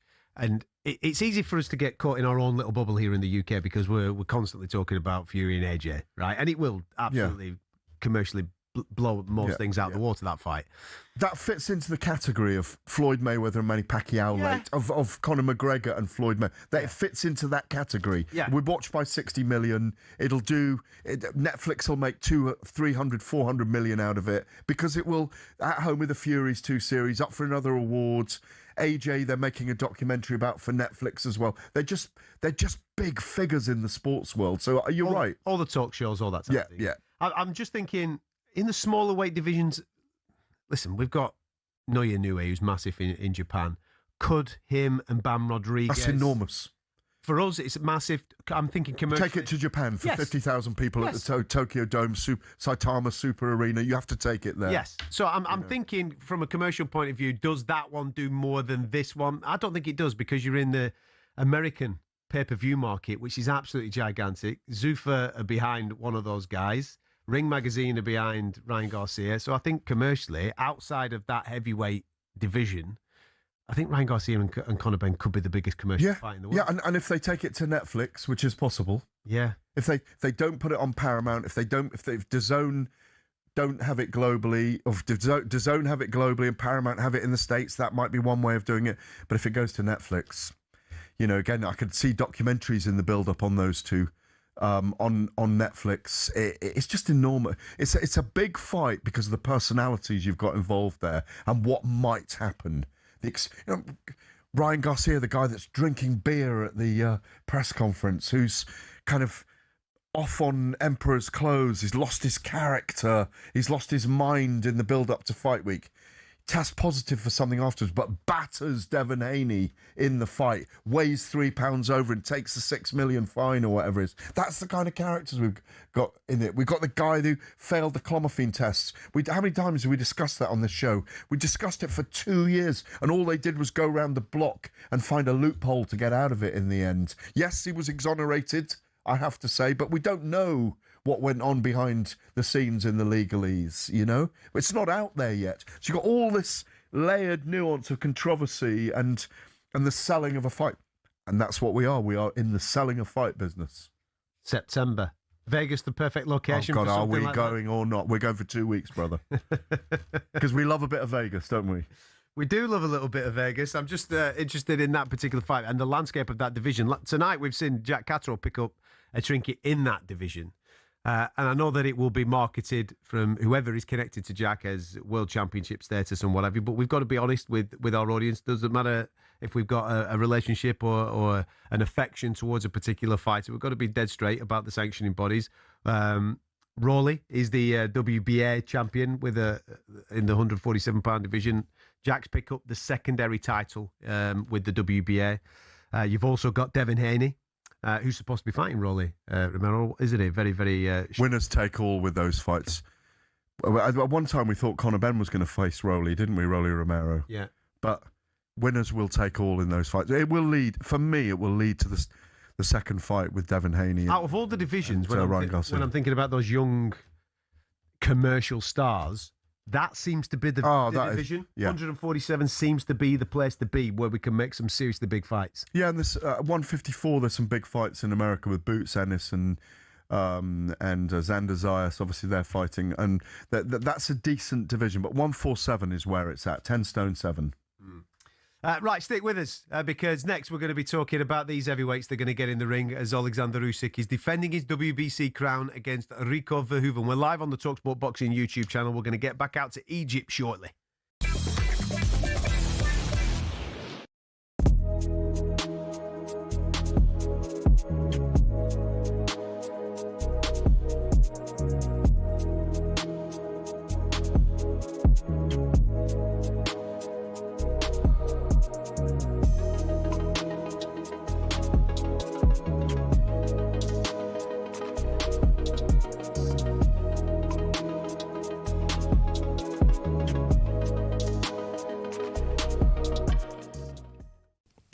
thought it was great at the end of the game, the way the players were with him. Oh, do you know what I mean? Emi Martinez picked him up. Because we saw a wee side to him that you don't see. Yes. We saw a different side to him. What was funny, though, when Emi Martinez picks him up, on the clip behind, you can see the players are a bit like Tyrone Mings. They're laughing like, oh, my God, how has he done that? Yeah. Because then they know that, like, the manager's not really like that. He doesn't like to be the centre of attention. Yeah. But it was incredible scenes, Ali, afterwards. So emotional for so many Villa fans. And we were lucky to be in the stadium. Brilliant. All the clips back home, Ali, like, so many places showed the game. Thousands of fans on the streets still now celebrating across the world. How many fans I spoke to last night that have come from Australia? See, They've got 4 flights to get here. Same. Some fans have not had a hotel room overnight. They've got the early flight this morning, so they just stayed up. Some fans have got to get them back through Germany, through different parts of Europe to get home. But what that win means for every Aston Villa fan in the world, Ali, it's just unbelievable. I can't describe in words, and I hope we get some good callers on today. And they'll have their stories of what this means. Well, listen, we're going to bring you back down here for a crashing bang, my friend. Here's your rendition of that classic last night in the stadium.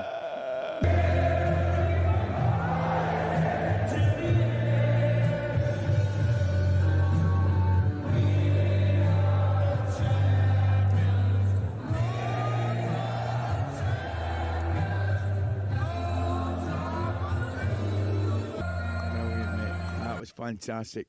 Good on you. I was just... Hilarious, mate. I met all the Villa fans before the game, man, and they were brilliant, Gabby. Brilliant. Older gentlemen, young boys. Ali, there's been no incidents.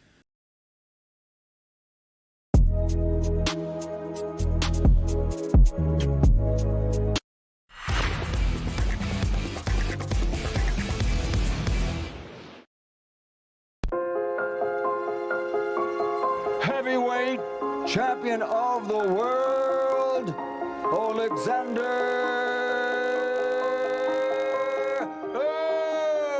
Usyk. Everybody expects him to win. Let's see if he can. AJ could be hurt. He is undisputed for a third time. Once, twice, thrice. The genius of modern boxing, Oleksandr Usyk, pound for pound king. That's a good challenge. I like this. Oleksandr Usyk, Rico Verhoeven is about to get underway at the Pyramids of Giza. Beautiful setting. Looks absolutely tremendous out in Egypt. I'm Adam Catterall. Gareth A. Davies is alongside me. We're going to talk about all sorts throughout the course of this fight. If you want to get involved, you're more than welcome to do so. 03717223344. What comes next for the victor? Is there a chance for the 13-1 underdog to pull off one of the biggest shocks in boxing history? All that, all welcome on the programme and welcome on the talkSPORT Boxing YouTube channel. So go and get stuck into it. I think we should get back out to Egypt, shall we? Because our boys are ready to rock and roll. Spencer Oliver has now been joined by Adam Smith, who is out at the Pyramids of Giza. Give us a little bit of a flavour, boys. I know that the events like this obviously do have the stars out in full force. We've seen ringside the likes of the Stathams and the Triple Gs and the Canelos and all those types of characters. Who else is out and about bar you two? Okay, mate, got you. No problem.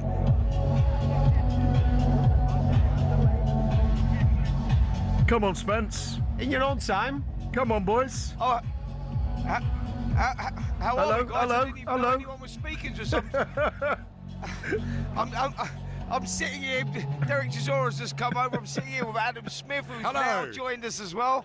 Adam, what a night of upsets we've had so far, mate. I mean, it all started off, obviously, with Frank Sanchez. Well, Daniel Lappin before that. And Daniel Lappin before that as well. Could this trend continue through the night? Yeah, it's a roller coaster of a night here in Egypt. Absolutely fantastic. The atmosphere's been unbelievable.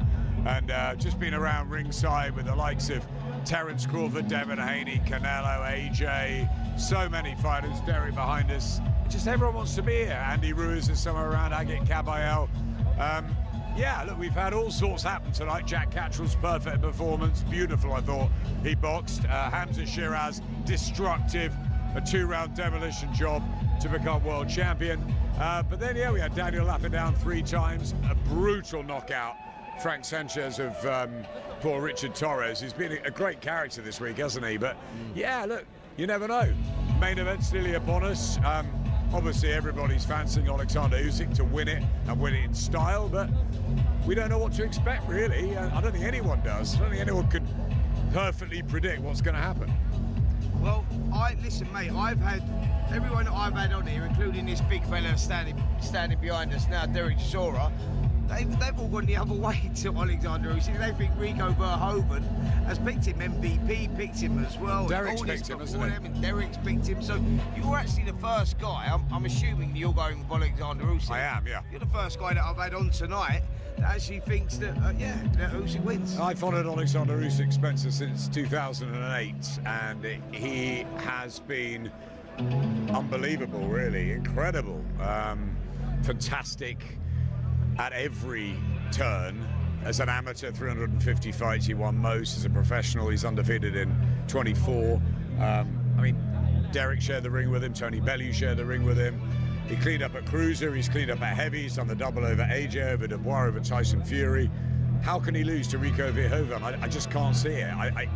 Rico is a wonderful kickboxing legend, but he's had one professional boxing fight, and I know he's got a great guy in the corner in Peter Fury. He'll be incredibly conditioned, athletic. He's a big man. He's strong. He's powerful. But Usyk's a master of the squared circle. He's so intelligent. He's so disciplined. And unless something's gone wrong in camp or he gets old overnight, I can't see anything other. And I was with him last night. He was having dinner. He seemed so relaxed. The work's done.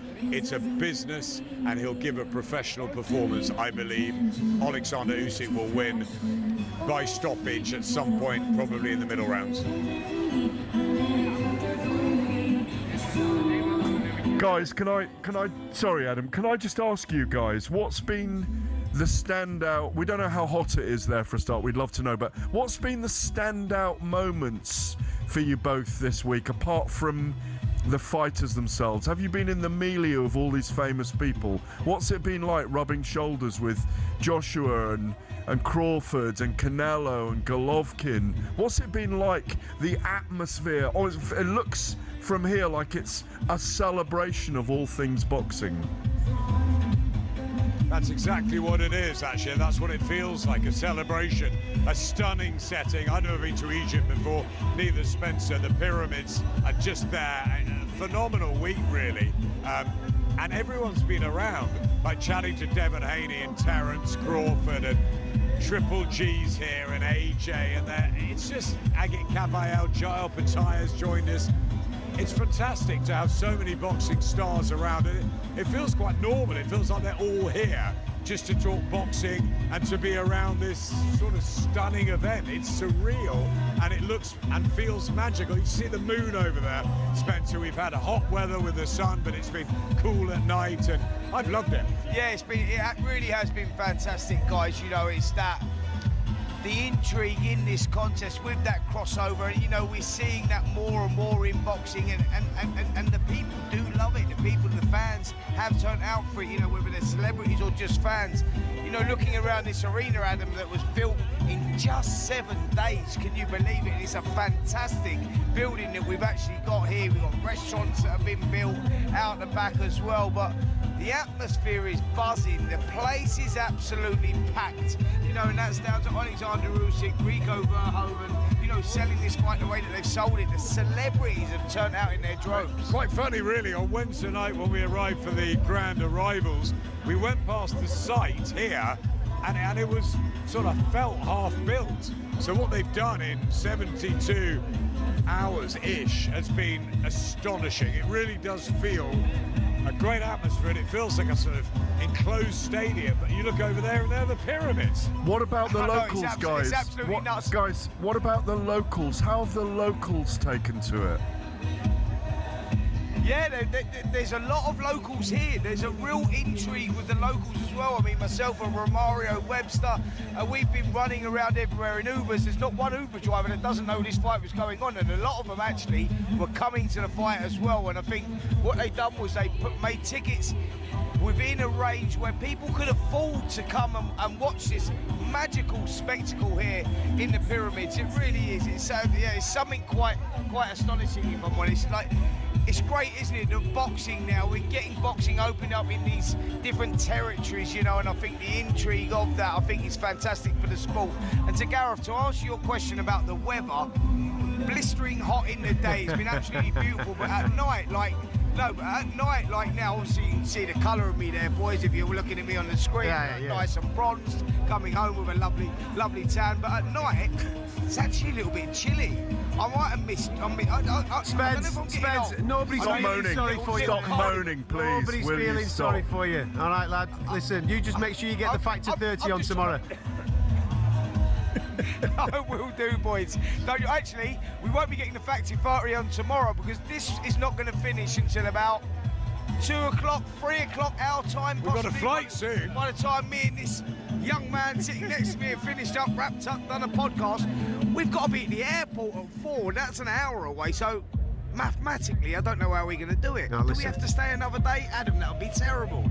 I can't stay. I'm going to be in America on Sunday night. So anyway, it's all a bit mad. But yeah, we're loving it here. And yeah, let's hope the main event provides something extraordinary. I think we enjoy Oleksandr Usyk while he's here. I think that's the most important thing. You know, the career's going to finish at some point in the next year and a half. And we love watching him. And we're fascinated to see what Rico can do. I mean, he just might as well just go for it. He's got nothing to lose. It'll be the biggest upset probably in sporting history. So why not? Take your chance. I agree. Listen, gentlemen, I'm going to join you again on the ring walk. I'll let you catch your breath and take it all in. But we'll come back once the boys are about to make their walks, which isn't too far away. We can see on our screens, actually, Devin Haney having a little bit of a chat there with Jason Statham and Turkey Al Sheikh. It is. And Ryan Garcia and his brother just behind Turkey as well. Look at Devin and Ryan looking at each other trying to get. They're all having a I love it. Jason Statham picking that up as well. Let's have it. Yeah, it'll happen in time, says Turkey. Jason Statham making another fight there. You are listening to Fight Night Live here on talkSPORT. We've just been speaking about this spectacular setting. Could this be a setting for Fury versus Zlatan Ibrahimovic? Very funny. Do you know when Zlatan with his 69 million social media followers put out, when was it, Thursday evening? He only put a picture out. He put a picture of him and Tyson Fury facing off. And he's a big unit, isn't he, Zlatan? Yeah. Man United, the 2 Milan clubs, LA Galaxy, retired last year. He's 44. Is this a commercial venture rather than Fury's run out? His next warm-up fight. I don't see it. I don't want it. But I spoke to Spencer Brown and he was trying to tease me, Fury's manager, saying, we're talking to them. We're in Poland. What, for a fight? They were having dinner with Zlatan in Poland. And they were saying, we're talking about it. It may happen. A fight? Maybe a fight. No, I'm not. They're teasing it, but I think it's a tease. I got a message from one of our production team here at talkSPORT, and it was the picture that Zlatan had posted. And I said, where on that post does it say that they're having a fight? Well, it says August the 1st, Dublin. Right. But where does it say they're having a fight? They might be doing an event, an audience with. They might be come and see us and, have your picture taken with us and a bit of an autograph and all that type of stuff. Listen, commercially, you're talking about two absolute giants, aren't you? Zlatan has an unbelievable following worldwide. As does Tyson Fury. It would make absolute sense if they can do some type of business together and maybe come up with a commercial event. But a fight? Listen, Zlatan's a taekwondo player. He loves his martial arts, mate. Yeah, he does. He loves his martial arts. He's very good at it. He's bang into it. But come on, let's not go down that road. Taekwondo exhibition? Come on. If Tyson Fury is gearing up for a fight, hopefully with Anthony Joshua. Late September, October, Wembley, they're still trying for, aren't they? Okay. Yeah. Well, let's have a proper fight then. Yeah. I know that Anthony Joshua's got his thing with Prenga coming up, which I fully anticipate him to look spectacular in. Yeah. Tyson Fury should do something in and around the exact same time, in and around July time, and then let's head towards it. But having a little bit of a commercial venture with Zlatan's cool, but let's not have. What's the point of a fight? Come on, that's not what anybody wants. Well, this puts that in the shade, doesn't it? And we're kind of slightly critical of this fight, which is just about to happen between the world's greatest kickboxer at heavyweight and the world's best gloved boxer at heavyweight, both of this era. I mean, I think it's a little bit unthinkable for them to step into a ring and tell us that they're going to have a boxing match. Fury's just on a different planet to Zlatan Ibrahimovic. Yeah. Different planet in terms of combat sports. Of course he is. Anyway. It's a commercial venture. It's a little bit of Instagram fun that took place a little bit earlier on this week, but a lot of people obviously jump on board with things like that and get extremely excited. It is Fight Night. It is talkSPORT. We are with you right up until the end of this Oleksandr Usyk Rico Verhoeven fight. We're still waiting for both of these boys to begin their ring walks, and when that happens, we will cross back over to Egypt to Spencer Oliver and Adam Smith to paint those pictures for us, because this is spectacular. When we're talking about events, we have had some mad places in, mad locations host this beautiful sport of boxing, and this, when I say mad, you can't get a more picturesque, beautiful venue than the pyramids of Giza, hosting the sport this evening. I mean, we're only commenting from what we're sampling on the TV and on the TV monitors. It looks absolutely spectacular. As a backdrop, as one of those bucket list moments, as one of those things that you can tick off as a fighter, to fight there this evening is something quite special in your career. Yeah, it is. Well, it's, the pyramids are one of the wonders of the world, aren't they? And, to have that venue being used as the backdrop and the platform for an enormous boxing event that crosses over, that takes into account two great athletes and fighters and gladiators of this era, with that backdrop of the fact that this is the zone in the world where they believe the first boxing took place, that is on record. It is phenomenal, and a little bit of FOMO tonight not being there, especially when I see the likes of Devin Haney mixing it a little bit with Ryan Garcia, and words being crossed over the heads of Jason Statham and Turki Al-Sheikh. The promoters out there, things going on. What I was fascinated to know was how many. Look at that bling on Devin Haney, for goodness sake. That is a necklace indeed. I think fights are being made. Turki Al-Sheikh, when he's got people in his milieu on these occasions, is never idle. I've been party to meetings with him through the night where he's busy all the time making fights. He mentioned, I don't know if you saw that at the press conference this week, Adam, he's got a big event planned for Istanbul as well. I heard that, yeah. And was he talking Usyk to go to Istanbul? Is that what he was maybe that's Usyk and Kabayel. But Frank Warren wants to force the case for Ajit Kabayel to get that Usyk fight next. I do not see an upset tonight, but it's going to be cataclysmic news if Rico Verhoeven, with one boxing match under his belt, manages a major upset against Oleksandr Usyk. I don't see it, because Usyk is one of those extraordinary guys that prepares, doesn't leave a stone unturned. Tyson Fury didn't take Francis Ngannou seriously when he fought him, and he got caught in that moment where the fight world gave a collective gasp when he was knocked down in the third round, then had to recover and win the fight on points. I don't see it tonight, but maybe we see something dramatic in those opening rounds. I think in the ring they're just starting to get ready for the ring walks. We're slightly late now, aren't we?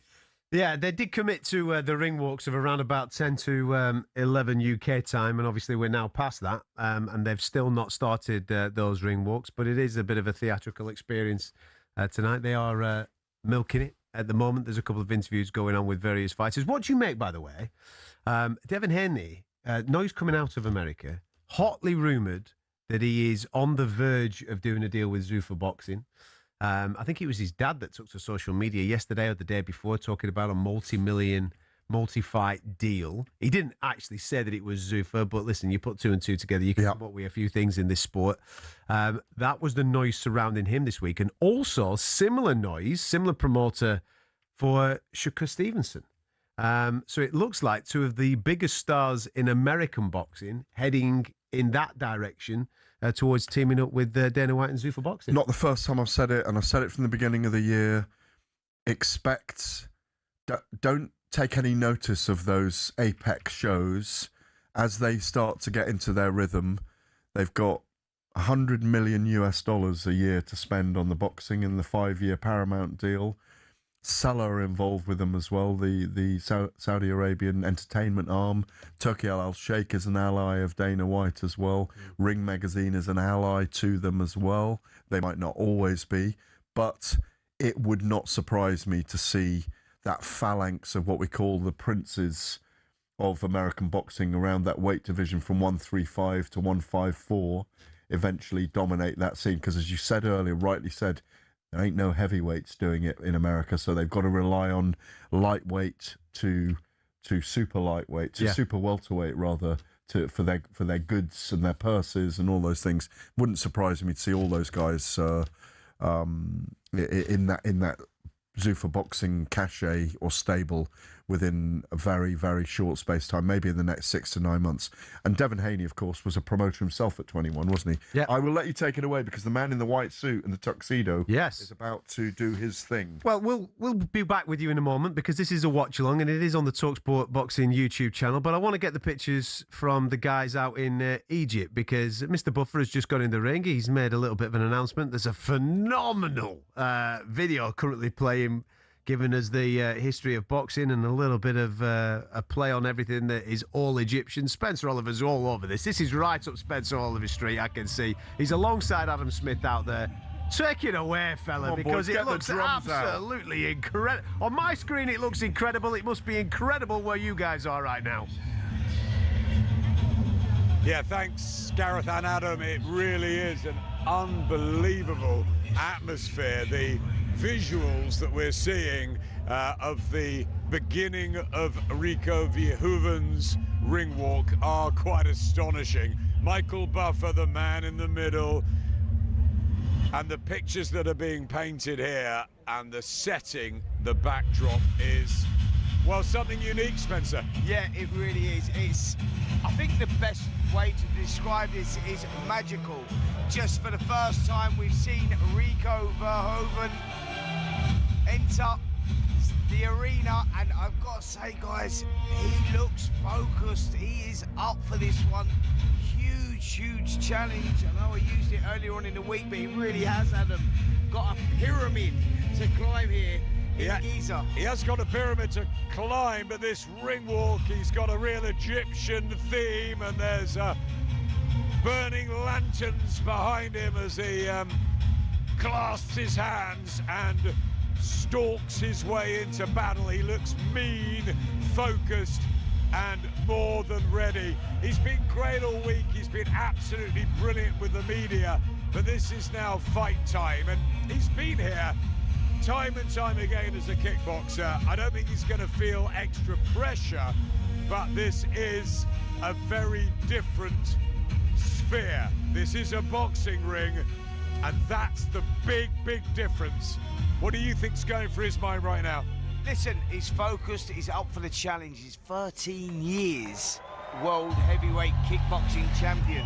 He said this is something that really stokes the fire, something that he really wanted to get his teeth into. It's a massive challenge. He's been training for 6 months under the watchful eye of Peter Fury, who says he's done brilliantly in the gym. And Adam, I've got to go back to this ring walk. It's quite magical. That's the best way of describing it. The pyramids lit up after a firework display, and Rico Verhoeven just looks back at the pyramids and checks himself, and there's a big support for him here. I think he's had a few come from Holland, and he's also made a lot of friends locally with his charming demeanour, his attitude, and it's time really just to roll the dice. And what a moment for him. What a moment. And I've got to say, guys, the music, as you can hear now, is playing, and Rico Verhoeven is up on his toes. He is buzzing, and he has come sprinting into the ring through the arena. He approaches the ring. He's made it in about 2 seconds. Sprinting. If I'm totally honest. I'm not sure I've seen any fighter get to the ring quicker, and this is a huge heavyweight. Rico Verhoeven has come here to win. Whether he can, well, there's big arguments against that on paper, obviously, but he's got the demeanour, he's got the look of somebody that is a born winner and a gladiator. Yeah, absolutely. As I said, he's had that all week. Michael Buffer, ready to bring the champ in.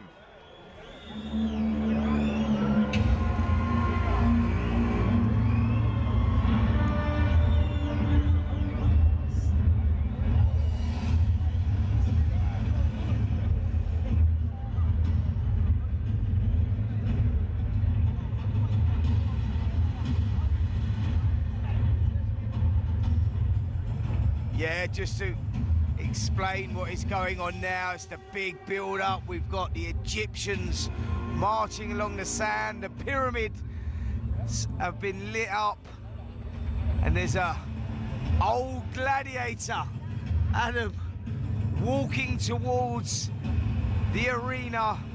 I mean, this is something fantastic, isn't it? This production is something quite special. I've got to say, that gladiator is Oleksandr Usyk. I'm not sure I've seen artistry like this for a boxing event.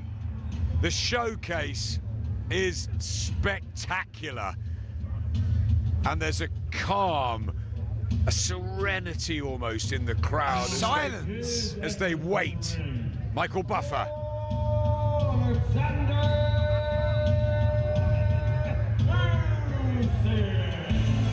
It's almost like award-winning cinematography, this.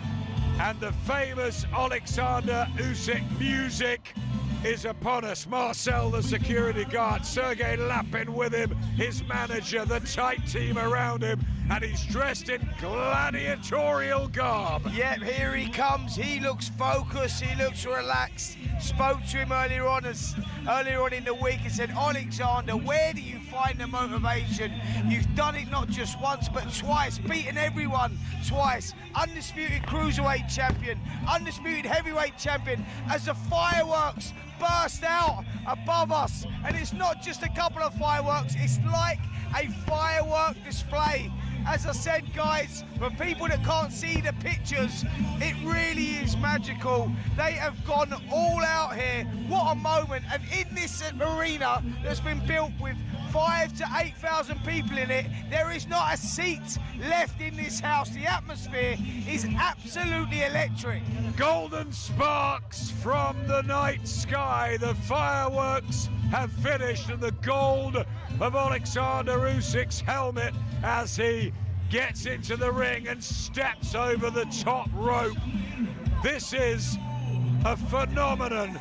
This is a one-off, one of the greatest fighters of all time. I'll say it again, enjoy Oleksandr Usyk while he's here. And as a spectacle, this is just utterly magical. It really is. The pyramids, the fire, the visuals. Incredible, guys. Really, really unbelievable. Gents, I'm going to let you take it all in because it does look absolutely spectacular. We will come back to you as this fight gets underway. Obviously, Michael Buffer's about to do the official announcements and introductions for Oleksandr Usyk and Rico Verhoeven. But Gareth, the boys were absolutely bang on. We were in a very fortunate position there where we could see everything that they were talking about. And I appreciate that people are consuming us via radio and via the watch-alongs. Therefore, the actual visuals that we were seeing, you couldn't see. But that was truly spectacular. Obviously, the pyramids are one of the wonders of the world. Drone shot. They're just showing us a drone shot of the Egyptian night sky right now, which is overlooking the pyramids of Giza, which are all lit up. But just in the forefront, in the foreground of the pyramids of Giza, they've erected this boxing arena. Obviously, the ring and everything in and around it. It looks like a mini Coachella. It looks like it does. It does like with a village, a parking area. Yeah, and it's almost like a fortress wall around the little hamlet that is the boxing ring. Incredible. Yeah, it does look visually stunning. Really gone to town. I mean, it reminded me very much. Remember the old Pride days with the ring walks and various things like that? They really have embraced the crossover of the kickboxing world, because that's nothing that Rico Verhoeven hasn't done before. That's what kickboxing does. That's why he doesn't look nervous. He's been here many times. He's made this walk. He's been on these giant occasions. He's been in front of 10, 15, 20,000 people before. I love the way that they CGI'd the walk-ins as well. The work on it is just extraordinary. You cannot fault the kind of the detail, the pictographical values, the visuals. Oh, that's just stunning. Really stunning. The arena lit up in red.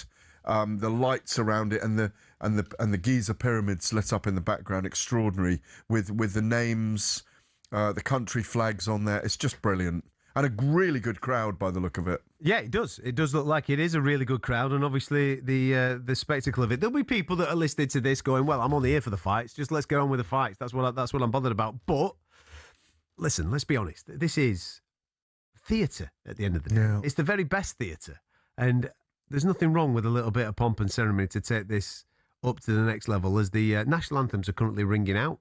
We've got the national anthem of the Netherlands. Do we stand now or not? Well, luckily, nobody can actually hear that on our broadcast. Therefore, we're not being disrespectful. We're obviously trying to keep our audience by talking to them throughout the course of the broadcast. But I can tell you that out in Egypt right now, they are playing the national anthem of the Netherlands, of which Rico Verhoeven is just observing with his team and various other people as well. We'll hear the national anthem of the Ukraine before we get stuck into this showcase event. Is it a sporting event, or is it a spectacle? Is this what this is? How are you compartmentalising everything? No, it's a big sporting event. It's a crossover. It's one of those crossover moments. We've got used to it in the last 3 years. The crossover of Tyson Fury and Francis Ngannou, the number one heavyweight in the world at the time, against the number one and former UFC, the baddest man on the planet as it was at the time, the battle of the baddest. Francis Ngannou, the biggest puncher in history, maybe arguably ever, the heaviest puncher.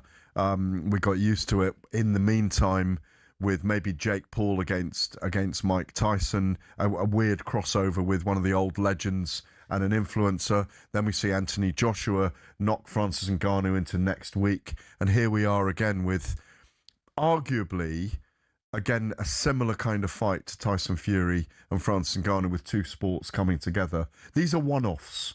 What does Usyk get out of this then tonight? A lot of money. A low-risk, high-reward financial fight. Simple as that. A pause in his career. And as he said this week, I think I've earned the right to do this. I can choose to do what I want. But this is a guy who I think, after this fight, who is obviously an extraordinarily generationally wealthy man already, who's become a legend in the sport. I think he'll take on 2 or 3 of the best heavyweights in the world after this. You don't think that he will now? I don't want to be disrespectful with the wording of this. You don't think that that the back end of his career will be diluted compared to what we've experienced? You think that he will? This is just a one-off. He's just going to have a little one of these, bit of fun, bit of a showcase, bit of a spectacle, and then he's going to be back to the real business of taking. Ajit Kabayel, if Tyson Fury beats Anthony Joshua, maybe a trilogy fight with Tyson Fury. I know your ears are burning on after that one. You don't fancy it. Some people do, some people don't. Fury does. Maybe Turki Al-Sheikh does. Fury's team does. And then after that, depends how Fury looks against AJ. If he looks great, then it becomes a different cell, doesn't it? He doesn't want to fight. Look, when you look at his last 5 victories: Daniel Dubois twice, Anthony Joshua, Tyson Fury twice. He beats this guy. He beats Ajit Kabayel. He beats Tyson Fury a 3rd time. He faces Moses Itauma. Good night. That's the end. He's 41 by then. Listen, absolutely. If we get those 3 fights, then great. But my question is that you don't think that this is the start of now a trend. You think this is a little bit of a one-off, this one with Rico Verhoeven tonight, and you think he will then move into defending the WBC crown legitimately against Ajit Kabayel? The only reason we've got this fight tonight, it says Ring magazine on all the microphones, as well as DAZN, and Turki Al-Sheikh and all his Hollywood friends sitting in that front row seat. That's the only reason we've got this fight, because of Turki Al-Sheikh. What does this do for boxing, do you think? Just makes it interesting and intriguing. And does it bring a new audience? Does it bring a different type of audience? It brings a different audience, because this isn't a big event for British boxing fans, but it's a big event for Ukrainians who follow Oleksandr Usyk like a folk hero, and which has become a cult figure. And Rico Verhoeven has a massive following in kickboxing, and particularly in Holland. They will have big audiences tonight. But they are just in the middle of the introductions. Mark Latham is Mark Lyson, should I say, is the referee this evening. The man from Liverpool has been given the honour of standing in between Rico Verhoeven and Oleksandr Usyk. Good to see a British referee getting that nod tonight, as Michael Buffer, in his pristine white jacket, is just making the final introductions. Is the WBA belt on the line as well tonight? Not to know of. I thought it was just a WBC sanctioned fight. I got a feeling the WBA put their nose in as well and said, we fancy a bit of this. We fancy a bit of the horse to the water, please. They may not be in the end, but look at that. Look at that. It's a mini fortress to boxing. It doesn't do anything bad for boxing, but as I said earlier on in the show, Adam, if Rico Verhoeven proves something tonight, which Francis Ngannou did against Tyson Fury, he just destroyed the legacy of Fury a little bit that night, Francis Ngannou, didn't he? Well, he exposed the hole. Away. He exposed the little hole. He took something away from him, and that's what Rico will be looking to do here in the first 3 or 4 rounds. There it is, look, 1-0, 1 KO, Halsteren, Netherlands, Rico Verhoeven. Yeah, he looks very focused, and he will start fast. You know, he will start fast. He has to start fast. He has to. Because if there's anybody in the heavyweight division that is absolutely elite at reading patterns and figuring out somebody else's game plan on the fly, it's Oleksandr Usyk. So therefore, the best chance that Rico Verhoeven has in this particular moment is to put his foot down right from the start and not give Oleksandr Usyk any time to see that data. I've seen him looking in better shape, by the way. Are you talking about Usyk? I've seen him looking in better shape than this. You know, I think, I'm not saying he looks paunchy, but I've seen him looking in leaner shape than this. He looks big. He looks big. And Michael Venom Page, who was on with Spencer Oliver earlier, saying that, see that midriff a little bit? I know, I'm being hypercritical. You're clutching at sometimes. Maybe. But Michael Venom Page saying that, and Derek Chisora are both kind of saying that Rico Verhoeven has got a chance early on in the fight. Derek's predicting, Chisora's predicting a knockout win for Rico. He'll look like a genius if he's right, by the way. And if he's wrong, no one will ever remember, which is what happens with those extraordinary picks. But in this fight, there's Maurizio there, just congratulating his champion and saying thanks for my 3%. Yeah, look, there's Mendoza saying hello. He's the WBA guy, so you might be right. I think I am. Yeah, I think I read it somewhere. But the key is Usyk's not the kind of guy to let someone else dictate to him early anyway. We haven't seen that. The last time we saw that was when Derek chased him around a ring 5 years ago. He did, when you say dictate, he did, for example, when he fought Tony Bellew, he did let Tony do all the work, didn't he? In the first 4 rounds, but it was all about Usyk's feet and where he was, and he was making Tony work at times that he didn't necessarily. Sorry, I'm wrong. The first 7 rounds against Tyson Fury had him on the run a little bit. Fury was up 5-2 after 7 rounds. Do you think? Yeah, that's how I see it. But then obviously he broke Fury's nose in the 8th and you know, made him look like a falling skyscraper in the 9th. Here we go, Adam. Here we go. Little touch of the gloves. Oh, we got a bit of atmosphere, have we, from Egypt? That's beautiful for the people that are tuning in to us. Size-wise, they both look very similar in stature, to be fair. Oleksandr Usyk in white shorts, Rico Verhoeven fighting out of an orthodox stance in black shorts. That fencing right hand that Usyk uses to kind of push in front of the eyes of his opponent, looking for that at the angle for the left hand. Yeah. Hasn't really got going yet. Well, he's having a look. This is what Oleksandr Usyk does. He downloads data. He's having a little bit of a look to see what Rico Verhoeven's going to do. And Verhoeven, as of yet, he does have a very awkward, unorthodox style when you're looking at traditional boxing. That jab's an unusual look. Lovely footwork from Usyk, though. He's not going to get trapped, is he? No, he's not. I wouldn't imagine that he's going to get trapped in any kind of bother right now. But if you're Rico Verhoeven, I know this is a lot easier said than done. We've been saying it all night. He's got to go now. He can't allow Oleksandr Usyk to be downloading any data and trying to figure out some type of pattern. He's got to go now, but it's a lot easier said than done. He tried to go a moment or two ago with his feet, and well, he's lining up to throw the right hand, doesn't he? He wants to throw his big right hand. He's using his jab to fight off it, to throw off it. But he hasn't been able to get himself. There's that right hand there, one over the top, and as he smothers his work a little bit. But he's looking to get that jab working, get into range and let that right hand go. He's known for a very powerful right hand, Rico. He's done well so far, in my view. He has a very unorthodox style, which is going to work in his favour, but it's just how long can he do this for? Because you made a really good point earlier on. This is a gentleman that is used to fighting 5-3s. Okay, high-paced 5-3s where there's kicks and all sorts coming back his way. This is obviously the sweet science, so therefore the pace might be slightly slower than what he's used to, but still, when you get into the 6th round, the 7th round, the 8th round, what does it look like for Rico Verhoeven? Yeah, and he's finding Usyk a bit of a puzzle at the moment. Good body shot there with the right hand, just aiming through the middle of the torso of Oleksandr Usyk. It's not done too badly as we come up to 30 seconds in the first round. I like that kind of movement of the hands, a lot of movement from Verhoeven. He looks quite comfortable in there already, wants to go to work, but Usyk looks so comfortable, doesn't he? He's not having to move too much. No, it's a very herky-jerky style from Rico. I'll be honest, I'm not used to seeing him box. I'm used to seeing him throwing some absolute stellar kicks in by this point. Really, he's not obviously allowed to do that. Look at the size of the legs on the man. I mean, they are enormous, aren't they? You wouldn't like to get one of them to the rib cages. That was a very close round.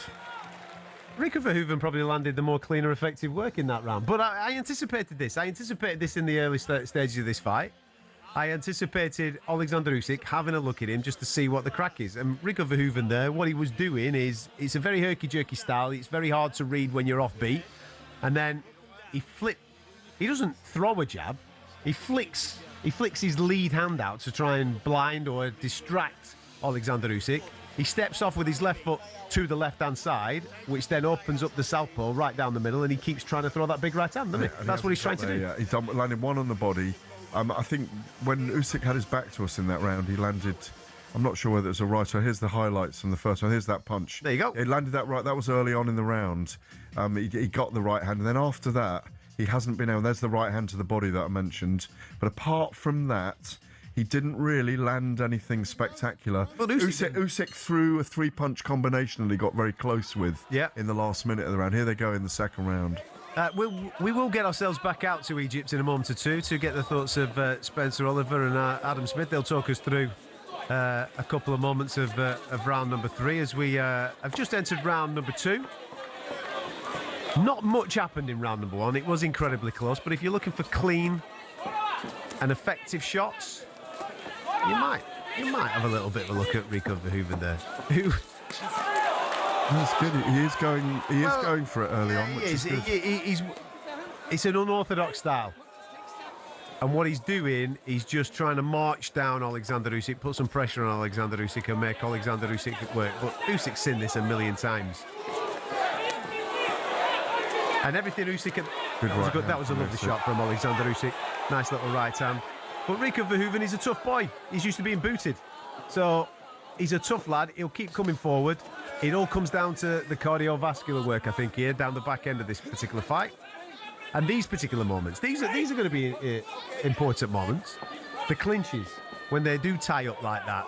Rico is a big lad. He is. He got a good body shot away when they were tied up. Then nice left hand by Usyk, because he's starting to measure Rico in as he comes in. He's starting to measure him in the mid-range, throwing more punches there, covering up well. Nice left hook to the body from Usyk, and then moves out of range smartly. Careful not to be hurt by this big right hand that Rico does. Oh, lovely left uppercut and some return punches. Clinch work from Rico Verhoeven there, and Mark Lyson pulls them apart. It's not boring action, but I mean, they haven't really gone into the exchanges yet. Usyk's so smart, isn't he? I think he's figured him out, mate. I think he had a look at him in round number 1, and now he started to time him on the way in. Yeah. Because with all due respect, from a boxing point of view, Rico Verhoeven's footwork isn't to the standard that Oleksandr Usyk or a Vasyl Lomachenko is. I don't want to say clumsy, but it is very straightforward to read. Yeah. He runs in, doesn't he? He doesn't glide in, he runs in. Oleksandr Usyk has got that timing off, and I think he's cracked him a couple of times. Some beautiful little uppercuts on the way in this round. Crowd got excited when Verhoeven managed to force Usyk into a neutral corner then and land a few punches. You've got to scream and shout when someone gets piled into a corner. He's making Verhoeven miss a lot, but what Verhoeven's doing, once they're in the clinch, he's trying to get punches away. Yeah. Series of fairly... A little bit of dirty stuff. Yeah, nice punches there. There's got to be a bit of dirty boxing in there. If this is a game of the sweet science, Oleksandr Usyk wins all day long. Rico Verhoeven's going to turn it into his type of knock, hasn't he? We're through 2 rounds. Let's get back out to Egypt. Let's have a little bit of a chat with the boys, shall we? Spencer, Adam, take it away. What are you seeing so far, fellas? Yeah, thanks, Adam. It's fascinating, really, to watch this unfold. And Rico Verhoeven doesn't overawed at all, does he? And he's raw, but he's giving it a go. I thought the first round was close. I think that Usyk didn't really land anything, but he was, as you were saying, Adam, just having a look. And in that second round, he started to figure him out. And that's what Usyk does. The brain ticks in, the movement goes. And I thought the second round was definitively his. But Rico is landing a couple of shots, and he's awkward, and he's game, isn't he? Absolutely. Listen, Oleksandr Usyk, yep, he did try and figure him out, work out the puzzle in that first round. Verhoeven done well. He wasn't overruled. I was very impressed, actually. He was coming, and he was unpredictable. He said that. He's been talking about it all week. He's a big old lump. He's dangerous enough for sure, but Usyk definitely took round number 2. He took control of that one. He started getting off of his shots, landed a good right hook in there as well. But the good thing was that Verhoeven, Adam, wasn't phased at all. The uppercut's starting to work as well as Verhoeven comes in. He's big and he's quite clumsy, and I think Usyk just needs to get his timing, and once he's done that, I think it probably will be a matter of time. A good body shot. Well, Usyk said that's low. Rico apologised, but obviously that is the target, the body. And look, I think the crowd are enjoying this, because although, you see, Mike Coppinger scored the first 2 to Rico, so you know there's aggression, and Usyk may find that he's got a little bit of a fight on his hands. However, he is trying these uppercuts, and he is the class act in there. Yeah, he definitely is. Rico coming forward, trying to land a couple of shots of his own there, a little bit raw and tripping over his own feet a little bit there, and Usyk just tying him up on the inside. Yeah, Oleksandr Usyk, look, Adam, at this stage, he is just biding his time, you know, not making any silly mistakes. Rico Verhoeven is 25 pounds bigger than him. He is a big old lump, and he does fancy the job. But Usyk just biding his time, moving on the outside. Nice uppercut on the inside, but look at Rico come back there with some real aggression and combinations. And whatever happens now, he's got a couple of rounds on Mike Coppinger's card. You could say he's taken 2 off Usyk. He's certainly not been any sort of embarrassment or disgrace. He's really trying his best in there, and he's giving Usyk plenty to think about. Yeah, I'm just not sure Mike Coppinger's having too much of a good night, though, to be fair. He give Giza off a couple of rounds against Jack Catterall. I don't know what fight he was watching there, Mike Coppinger, because Catterall dominated all of that fight. But back to this one, yeah, he has. There's a great deal of respect between them, Spencer. They touch gloves at the beginning of every round. I mean, they are 2 legends in their code. Verhoeven a bit agricultural, a bit raw, but that jab, and I think he's enjoying it in there. Well, he is, and he's not been overruled at all. The crowd's turned out. They're really enjoying this one as well. Verhoeven is giving it a go. Usyk now changed the pattern of the fight. He's now boxing on the front foot, and you're right, they are respectful between each other. But Adam, you've been around Verhoeven this week, like I have. He's an infectious guy. He's very charismatic. You can't not like the guy. You know, he's grown on me all week. Oh, he's been absolutely brilliant. We first saw him in his white suit. Good work from Usyk. Verhoeven trying to go toe-to-toe with him, but Usyk with the quality. The jab from Verhoeven is a weapon, but it's just this sort of raw feel to his work, and I guess it's something that Usyk probably hasn't seen before. It's a different style he's got to work out, but he seems to be working it out. That was a good round. It was a good round. Usyk started getting up with his shots a bit, like I say. Verhoeven, you know, he wasn't phased at all. He was coming back with his shots, but Oleksandr Usyk, for me, guys, seems to be in control. He's taken those last couple of rounds. Verhoeven, maybe the first round. Let's see how the next few hold out. I think a moral victory for me, looking at this now, will be Verhoeven to get through on points. Look at that. The tips are coming in from Spencer Oliver. Everybody's running off to the bookies now after the first 3 rounds. I actually thought the third round there was very, very competitive. I thought, like the boys just said there, I thought round number 2 was quite conclusive in favour of Oleksandr Usyk. Round number 3, I thought he threw some good shots. I thought he caught Oleksandr Usyk with some good right hands there. At the end, we saw a nice little flurry from Oleksandr Usyk. A tight one, round number 3. Yeah, I've given it to Oleksandr Usyk, but I think in that round he got caught a couple of times by Rico and thought, I need to get his respect here, and he's fighting. Certainly in the mid-range and in close range, he's fighting Rico's fight at the moment, not his own. You know that normal footwork we see from Usyk, where he's dancing around. He's very immobile in this fight. He's not using his footwork to a great extent. Is that because of the style that? No, I think he wants to land. I think he's looking to land. I think he's looking to land on Rico as Rico drives in, but he's just stayed back a little bit now. He's a very smart fighter, Rico. That's why he's looking to hit him as he advances there, and that's why Usyk's planting his feet more. But I thought it was a very competitive third round. Very indeed. You are listening to the Talk Sport Boxing YouTube channel as Rico Verhoeven chases Oleksandr Usyk around the ring out in the pyramids of Giza. If you are just joining the show, we had a little bit of something special earlier on where Hamza Shiraz became the WBO super middleweight champion of the world. Obviously, a title that was vacated from the retiring of Terence Crawford, and Hamza Shiraz picked that up with a fantastic victory over Alan Begic. He blasted him out in 2 rounds to become the world champion, and a version of the world title in the weight division was won by Jack Catterall earlier on. He won the regular belt. Big uppercut ad from Usyk in that round, and I think he's got, sorry to interrupt you, I think he's got Rico on the run here a little bit. Massive uppercut. Tough boy Rico Verhoeven. He is. Though, isn't he? Tough boy Rico Verhoeven.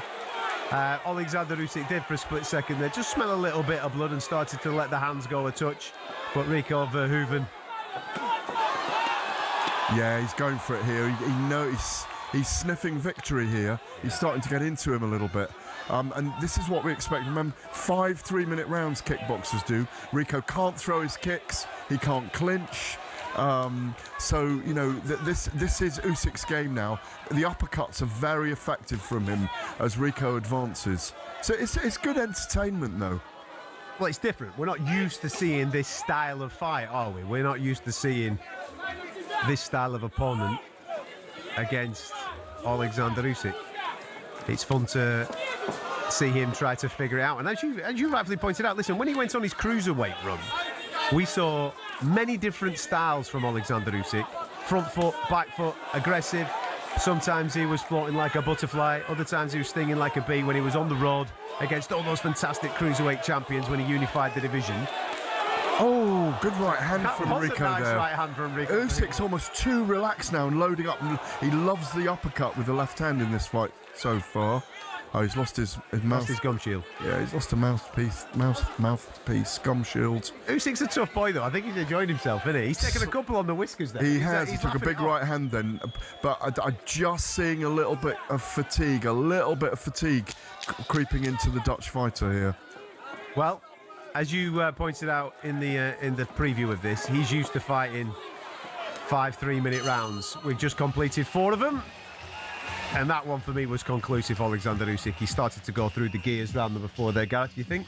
Yeah, absolutely. And he's relaxing in the mid-range and looking for that uppercut. Here's the highlights here. They'll show that big uppercut he landed. There's the boom. It's a great punch. Lovely shot. And that's where I interrupted you. Apologies. There it is again. Fantastic punch. And he's scented trouble in Verhoeven and pushed forward here with left hands. Came forward and actually was looking for a finish. There's that left hand again, straight left. another uppercut. He did brilliantly that round, but Verhoeven, as you say, Adam, is a very tough character. Very tough character indeed. He was caught clean on several occasions there. Lost that round. So this could be 3-1 in favour of Oleksandr Usyk or 2 apiece. AJ's enjoying it. Look at him grinning away. Anthony Canelo Joshua with his shades on at midnight. The stars are all out in force watching this one ringside out of the Pyramids of Giza. A beautiful, beautiful setting for this show this evening, which earlier on, as I was saying, Jack Catterall picked up a version of the welterweight crown. He picked up the regular WBA title, which puts him in nice prime position to maybe get himself a fight with one of the major belt holders at some point later on this year. Fingers crossed that can happen for Jack. If anybody deserves a shot at a full, legit world title, it's absolutely him. You cannot fault Verhoeven's desire and ambition here, but he's getting caught as he advances more and more. Oh, staggers Usyk with the right hand. I think he was slightly off balance. He was off balance, but it was still exciting for me that moment as Usyk looks to land as Verhoeven pushes forward. He's not giving up here. He ain't just come for a few quid, has he? No, he hasn't. He really is. He told me when I interviewed him a few weeks back that he is all about using both hands, no feet obviously, only to dance, and he's going to take this massive opportunity to try and create the biggest upset ever in the heavyweight division. It may only take one punch. He's looking for that right hand still, isn't he? But Usyk's always moving, always that left foot, always being outside Verhoeven's left foot itself. So smart. It's such... I know this is going to sound crazy for you listening to this or consuming this via the talkSPORT Boxing YouTube watch along, but it is a fascinating... It's dramatic. There's something dramatic about it. It's... I don't know. It's two sports coming together. You know, it really is two sports coming together, and it's one of the greatest in one sport against one of the greatest in our sport of boxing, and he's giving his all, and you can see why he's such a great champion and has got such a great heart and is so respected, but he's getting caught more and more as he advances by Oleksandr Usyk. This crafty, majestic southpaw. But every now and again, he just crouches down and throws that overhand right over the top, doesn't he? And he does, because of the way that he steps off, which isn't a usual step off. He is catching Oleksandr Usyk, but Usyk's looking for that, as you said, but you pointed this out 2 rounds ago. He's looking for that right hand, isn't he? Yeah. That lead right hand hook. And in Rico Verhoeven's mind, he must be thinking, I'd love to throw a back kick to the body. Little teep kick up the middle, right in the belly button. That's what you need. A little liver kick. Listen, why not, eh? You're only here once. No, don't. Please don't throw a kick. that would really ruin the whole spectacle, wouldn't it? Floors Usyk. Oh, well, big right and left from Usyk then. Really swing. Oh, and caught him with the left on as Rico was advancing then again. He switched southpaw Rico for a split second. Yeah, he has. Oleksandr Usyk a little bit of a different look. And now he's back into orthodox. The problem is that his feet are very clumsy on the way in. He crosses his legs, he runs in, and therefore that is food and drink for someone like Oleksandr Usyk. 5 rounds gone, 4 rounds to 1 for me to Usyk. He's getting into his rhythm now, there's no doubt about that. He's timing Rico Verhoeven, but it's not for the want of trying for Rico Verhoeven. Boys out in Egypt, Adam Smith and Spencer Oliver. Well, listen, it's kind of what we thought it was going to be, but Rico Verhoeven's coming out with a bit of credit here because he's giving it everything that he's got. Adam, I think it's better than we thought it would be. I think Rico's giving a real effort here, a massive, massive opportunity for him. He's doing everything he can in there.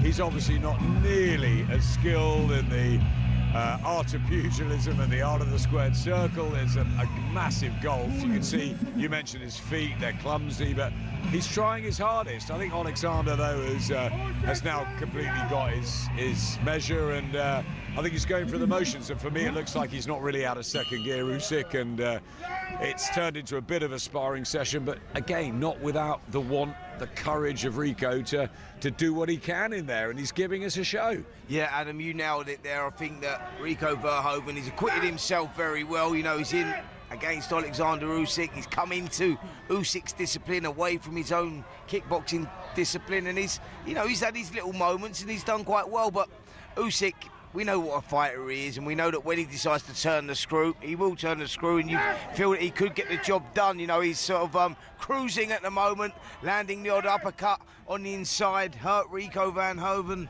in that third round, but just sort of going through the gears a little bit, Adam, or not even going through the gears, just cruise control is probably the best way of saying it. I spent a lot of time in Gandia in the training camp, and it is like watching a spar, or maybe slightly more advanced than that. Usyk moving better now as well. I think he's really worked out what Rico can and can't do. So it's a case of sort of when I think he wants to put his foot down on the pedal here, Oleksandr Usyk, and maybe make a statement. I thought he'd get rid of him in about 7-8 rounds, something like that. And yeah, it's the respects, I think, as well between the two. And Rico's definitely had an excellent attempt, whatever happens going forward. I mean, to get halfway through against the world heavyweight champion and to make it, even though he's losing the rounds, to make it a bit competitive, I suppose. Yeah.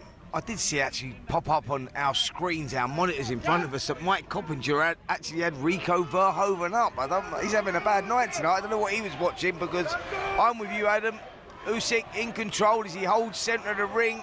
Verhoeven comes through with a good jab of his own, but Usyk again just flicking out a couple of jabs lightly, flicking out the left hand through the middle as well. We don't know what the three judges are seeing at ringside as Rico gets a right hand in, but he's got a lot of support here, and yeah, there could be a split. Some of the rounds have been close. The feeling is that he's in control, Usyk. He's the one that's the master of this arena, and now he's sort of worked out his prey and what the opponent can or can't do. He'll probably up the gears. Yeah, he's controlling the space now. He was just popping out the jab there as Rico Verhoeven come to the centre of the ring, and he took that half a step back. He's controlling that space so well. Pinged the left hand through the middle. Verhoeven, to his credit, took it well.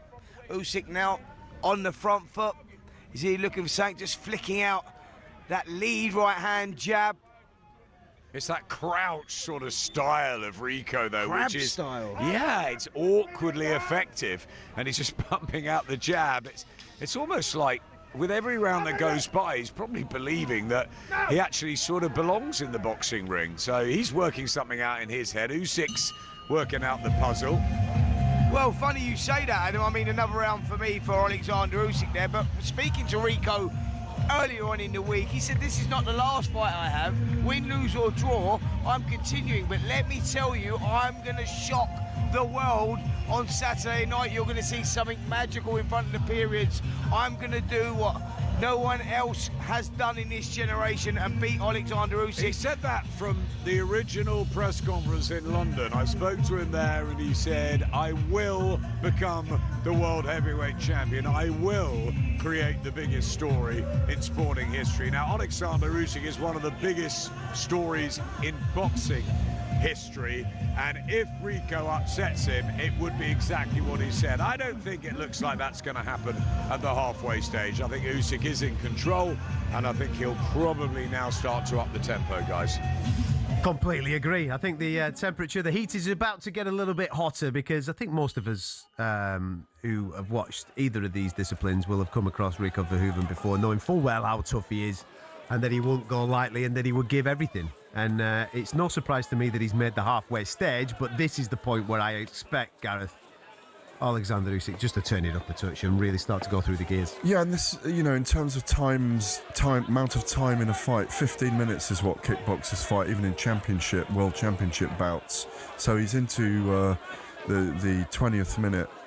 Rico 59, 55 ahead on Mike Coppinger's scorecard. What is he watching? I don't know, but he ain't watching the same thing we're watching. So he's going to score this fight to Rico Verhoeven if it goes this way. There's no way of Verhoeven winning this fight.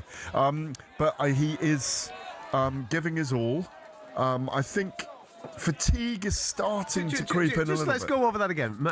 Mike Coppinger, who's the television... 59, 55. He's the television scorer just for the broadcast. It's unofficial, this. But out of the 6 rounds completed, he's given 5 of them to Rico Verhoeven and 1 of them to Oleksandr Usyk. Well, he's looking for an upset, isn't he? Must have predicted Verhoeven winning, but I don't get how he sees that. I've got it. Unless they've written that down. I've got it 5-1 to Usyk at the moment. I was being generous with round number 3 towards Rico. I thought he came back into it in round number 3, but every other round it has been Oleksandr Usyk.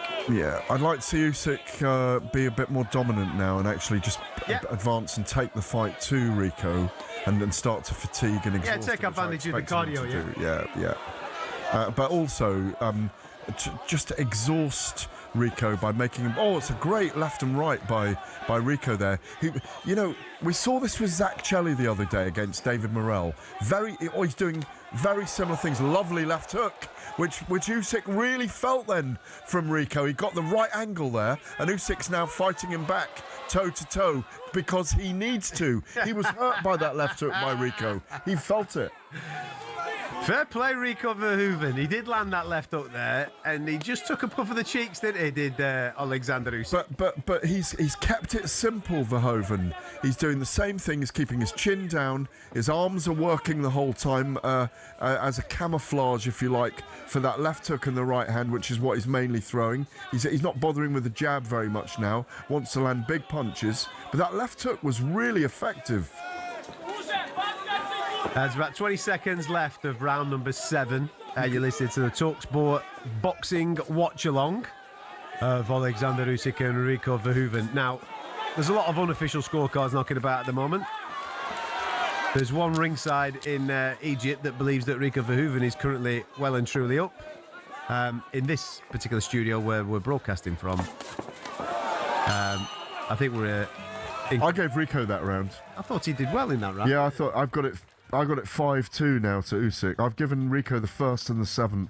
He's not winning the fight though, is he? No, but he's what he's doing, he's staying in the fight. He's game, mate. What I was saying about Zach Chelly the other day when we were live when he fought David Morrell.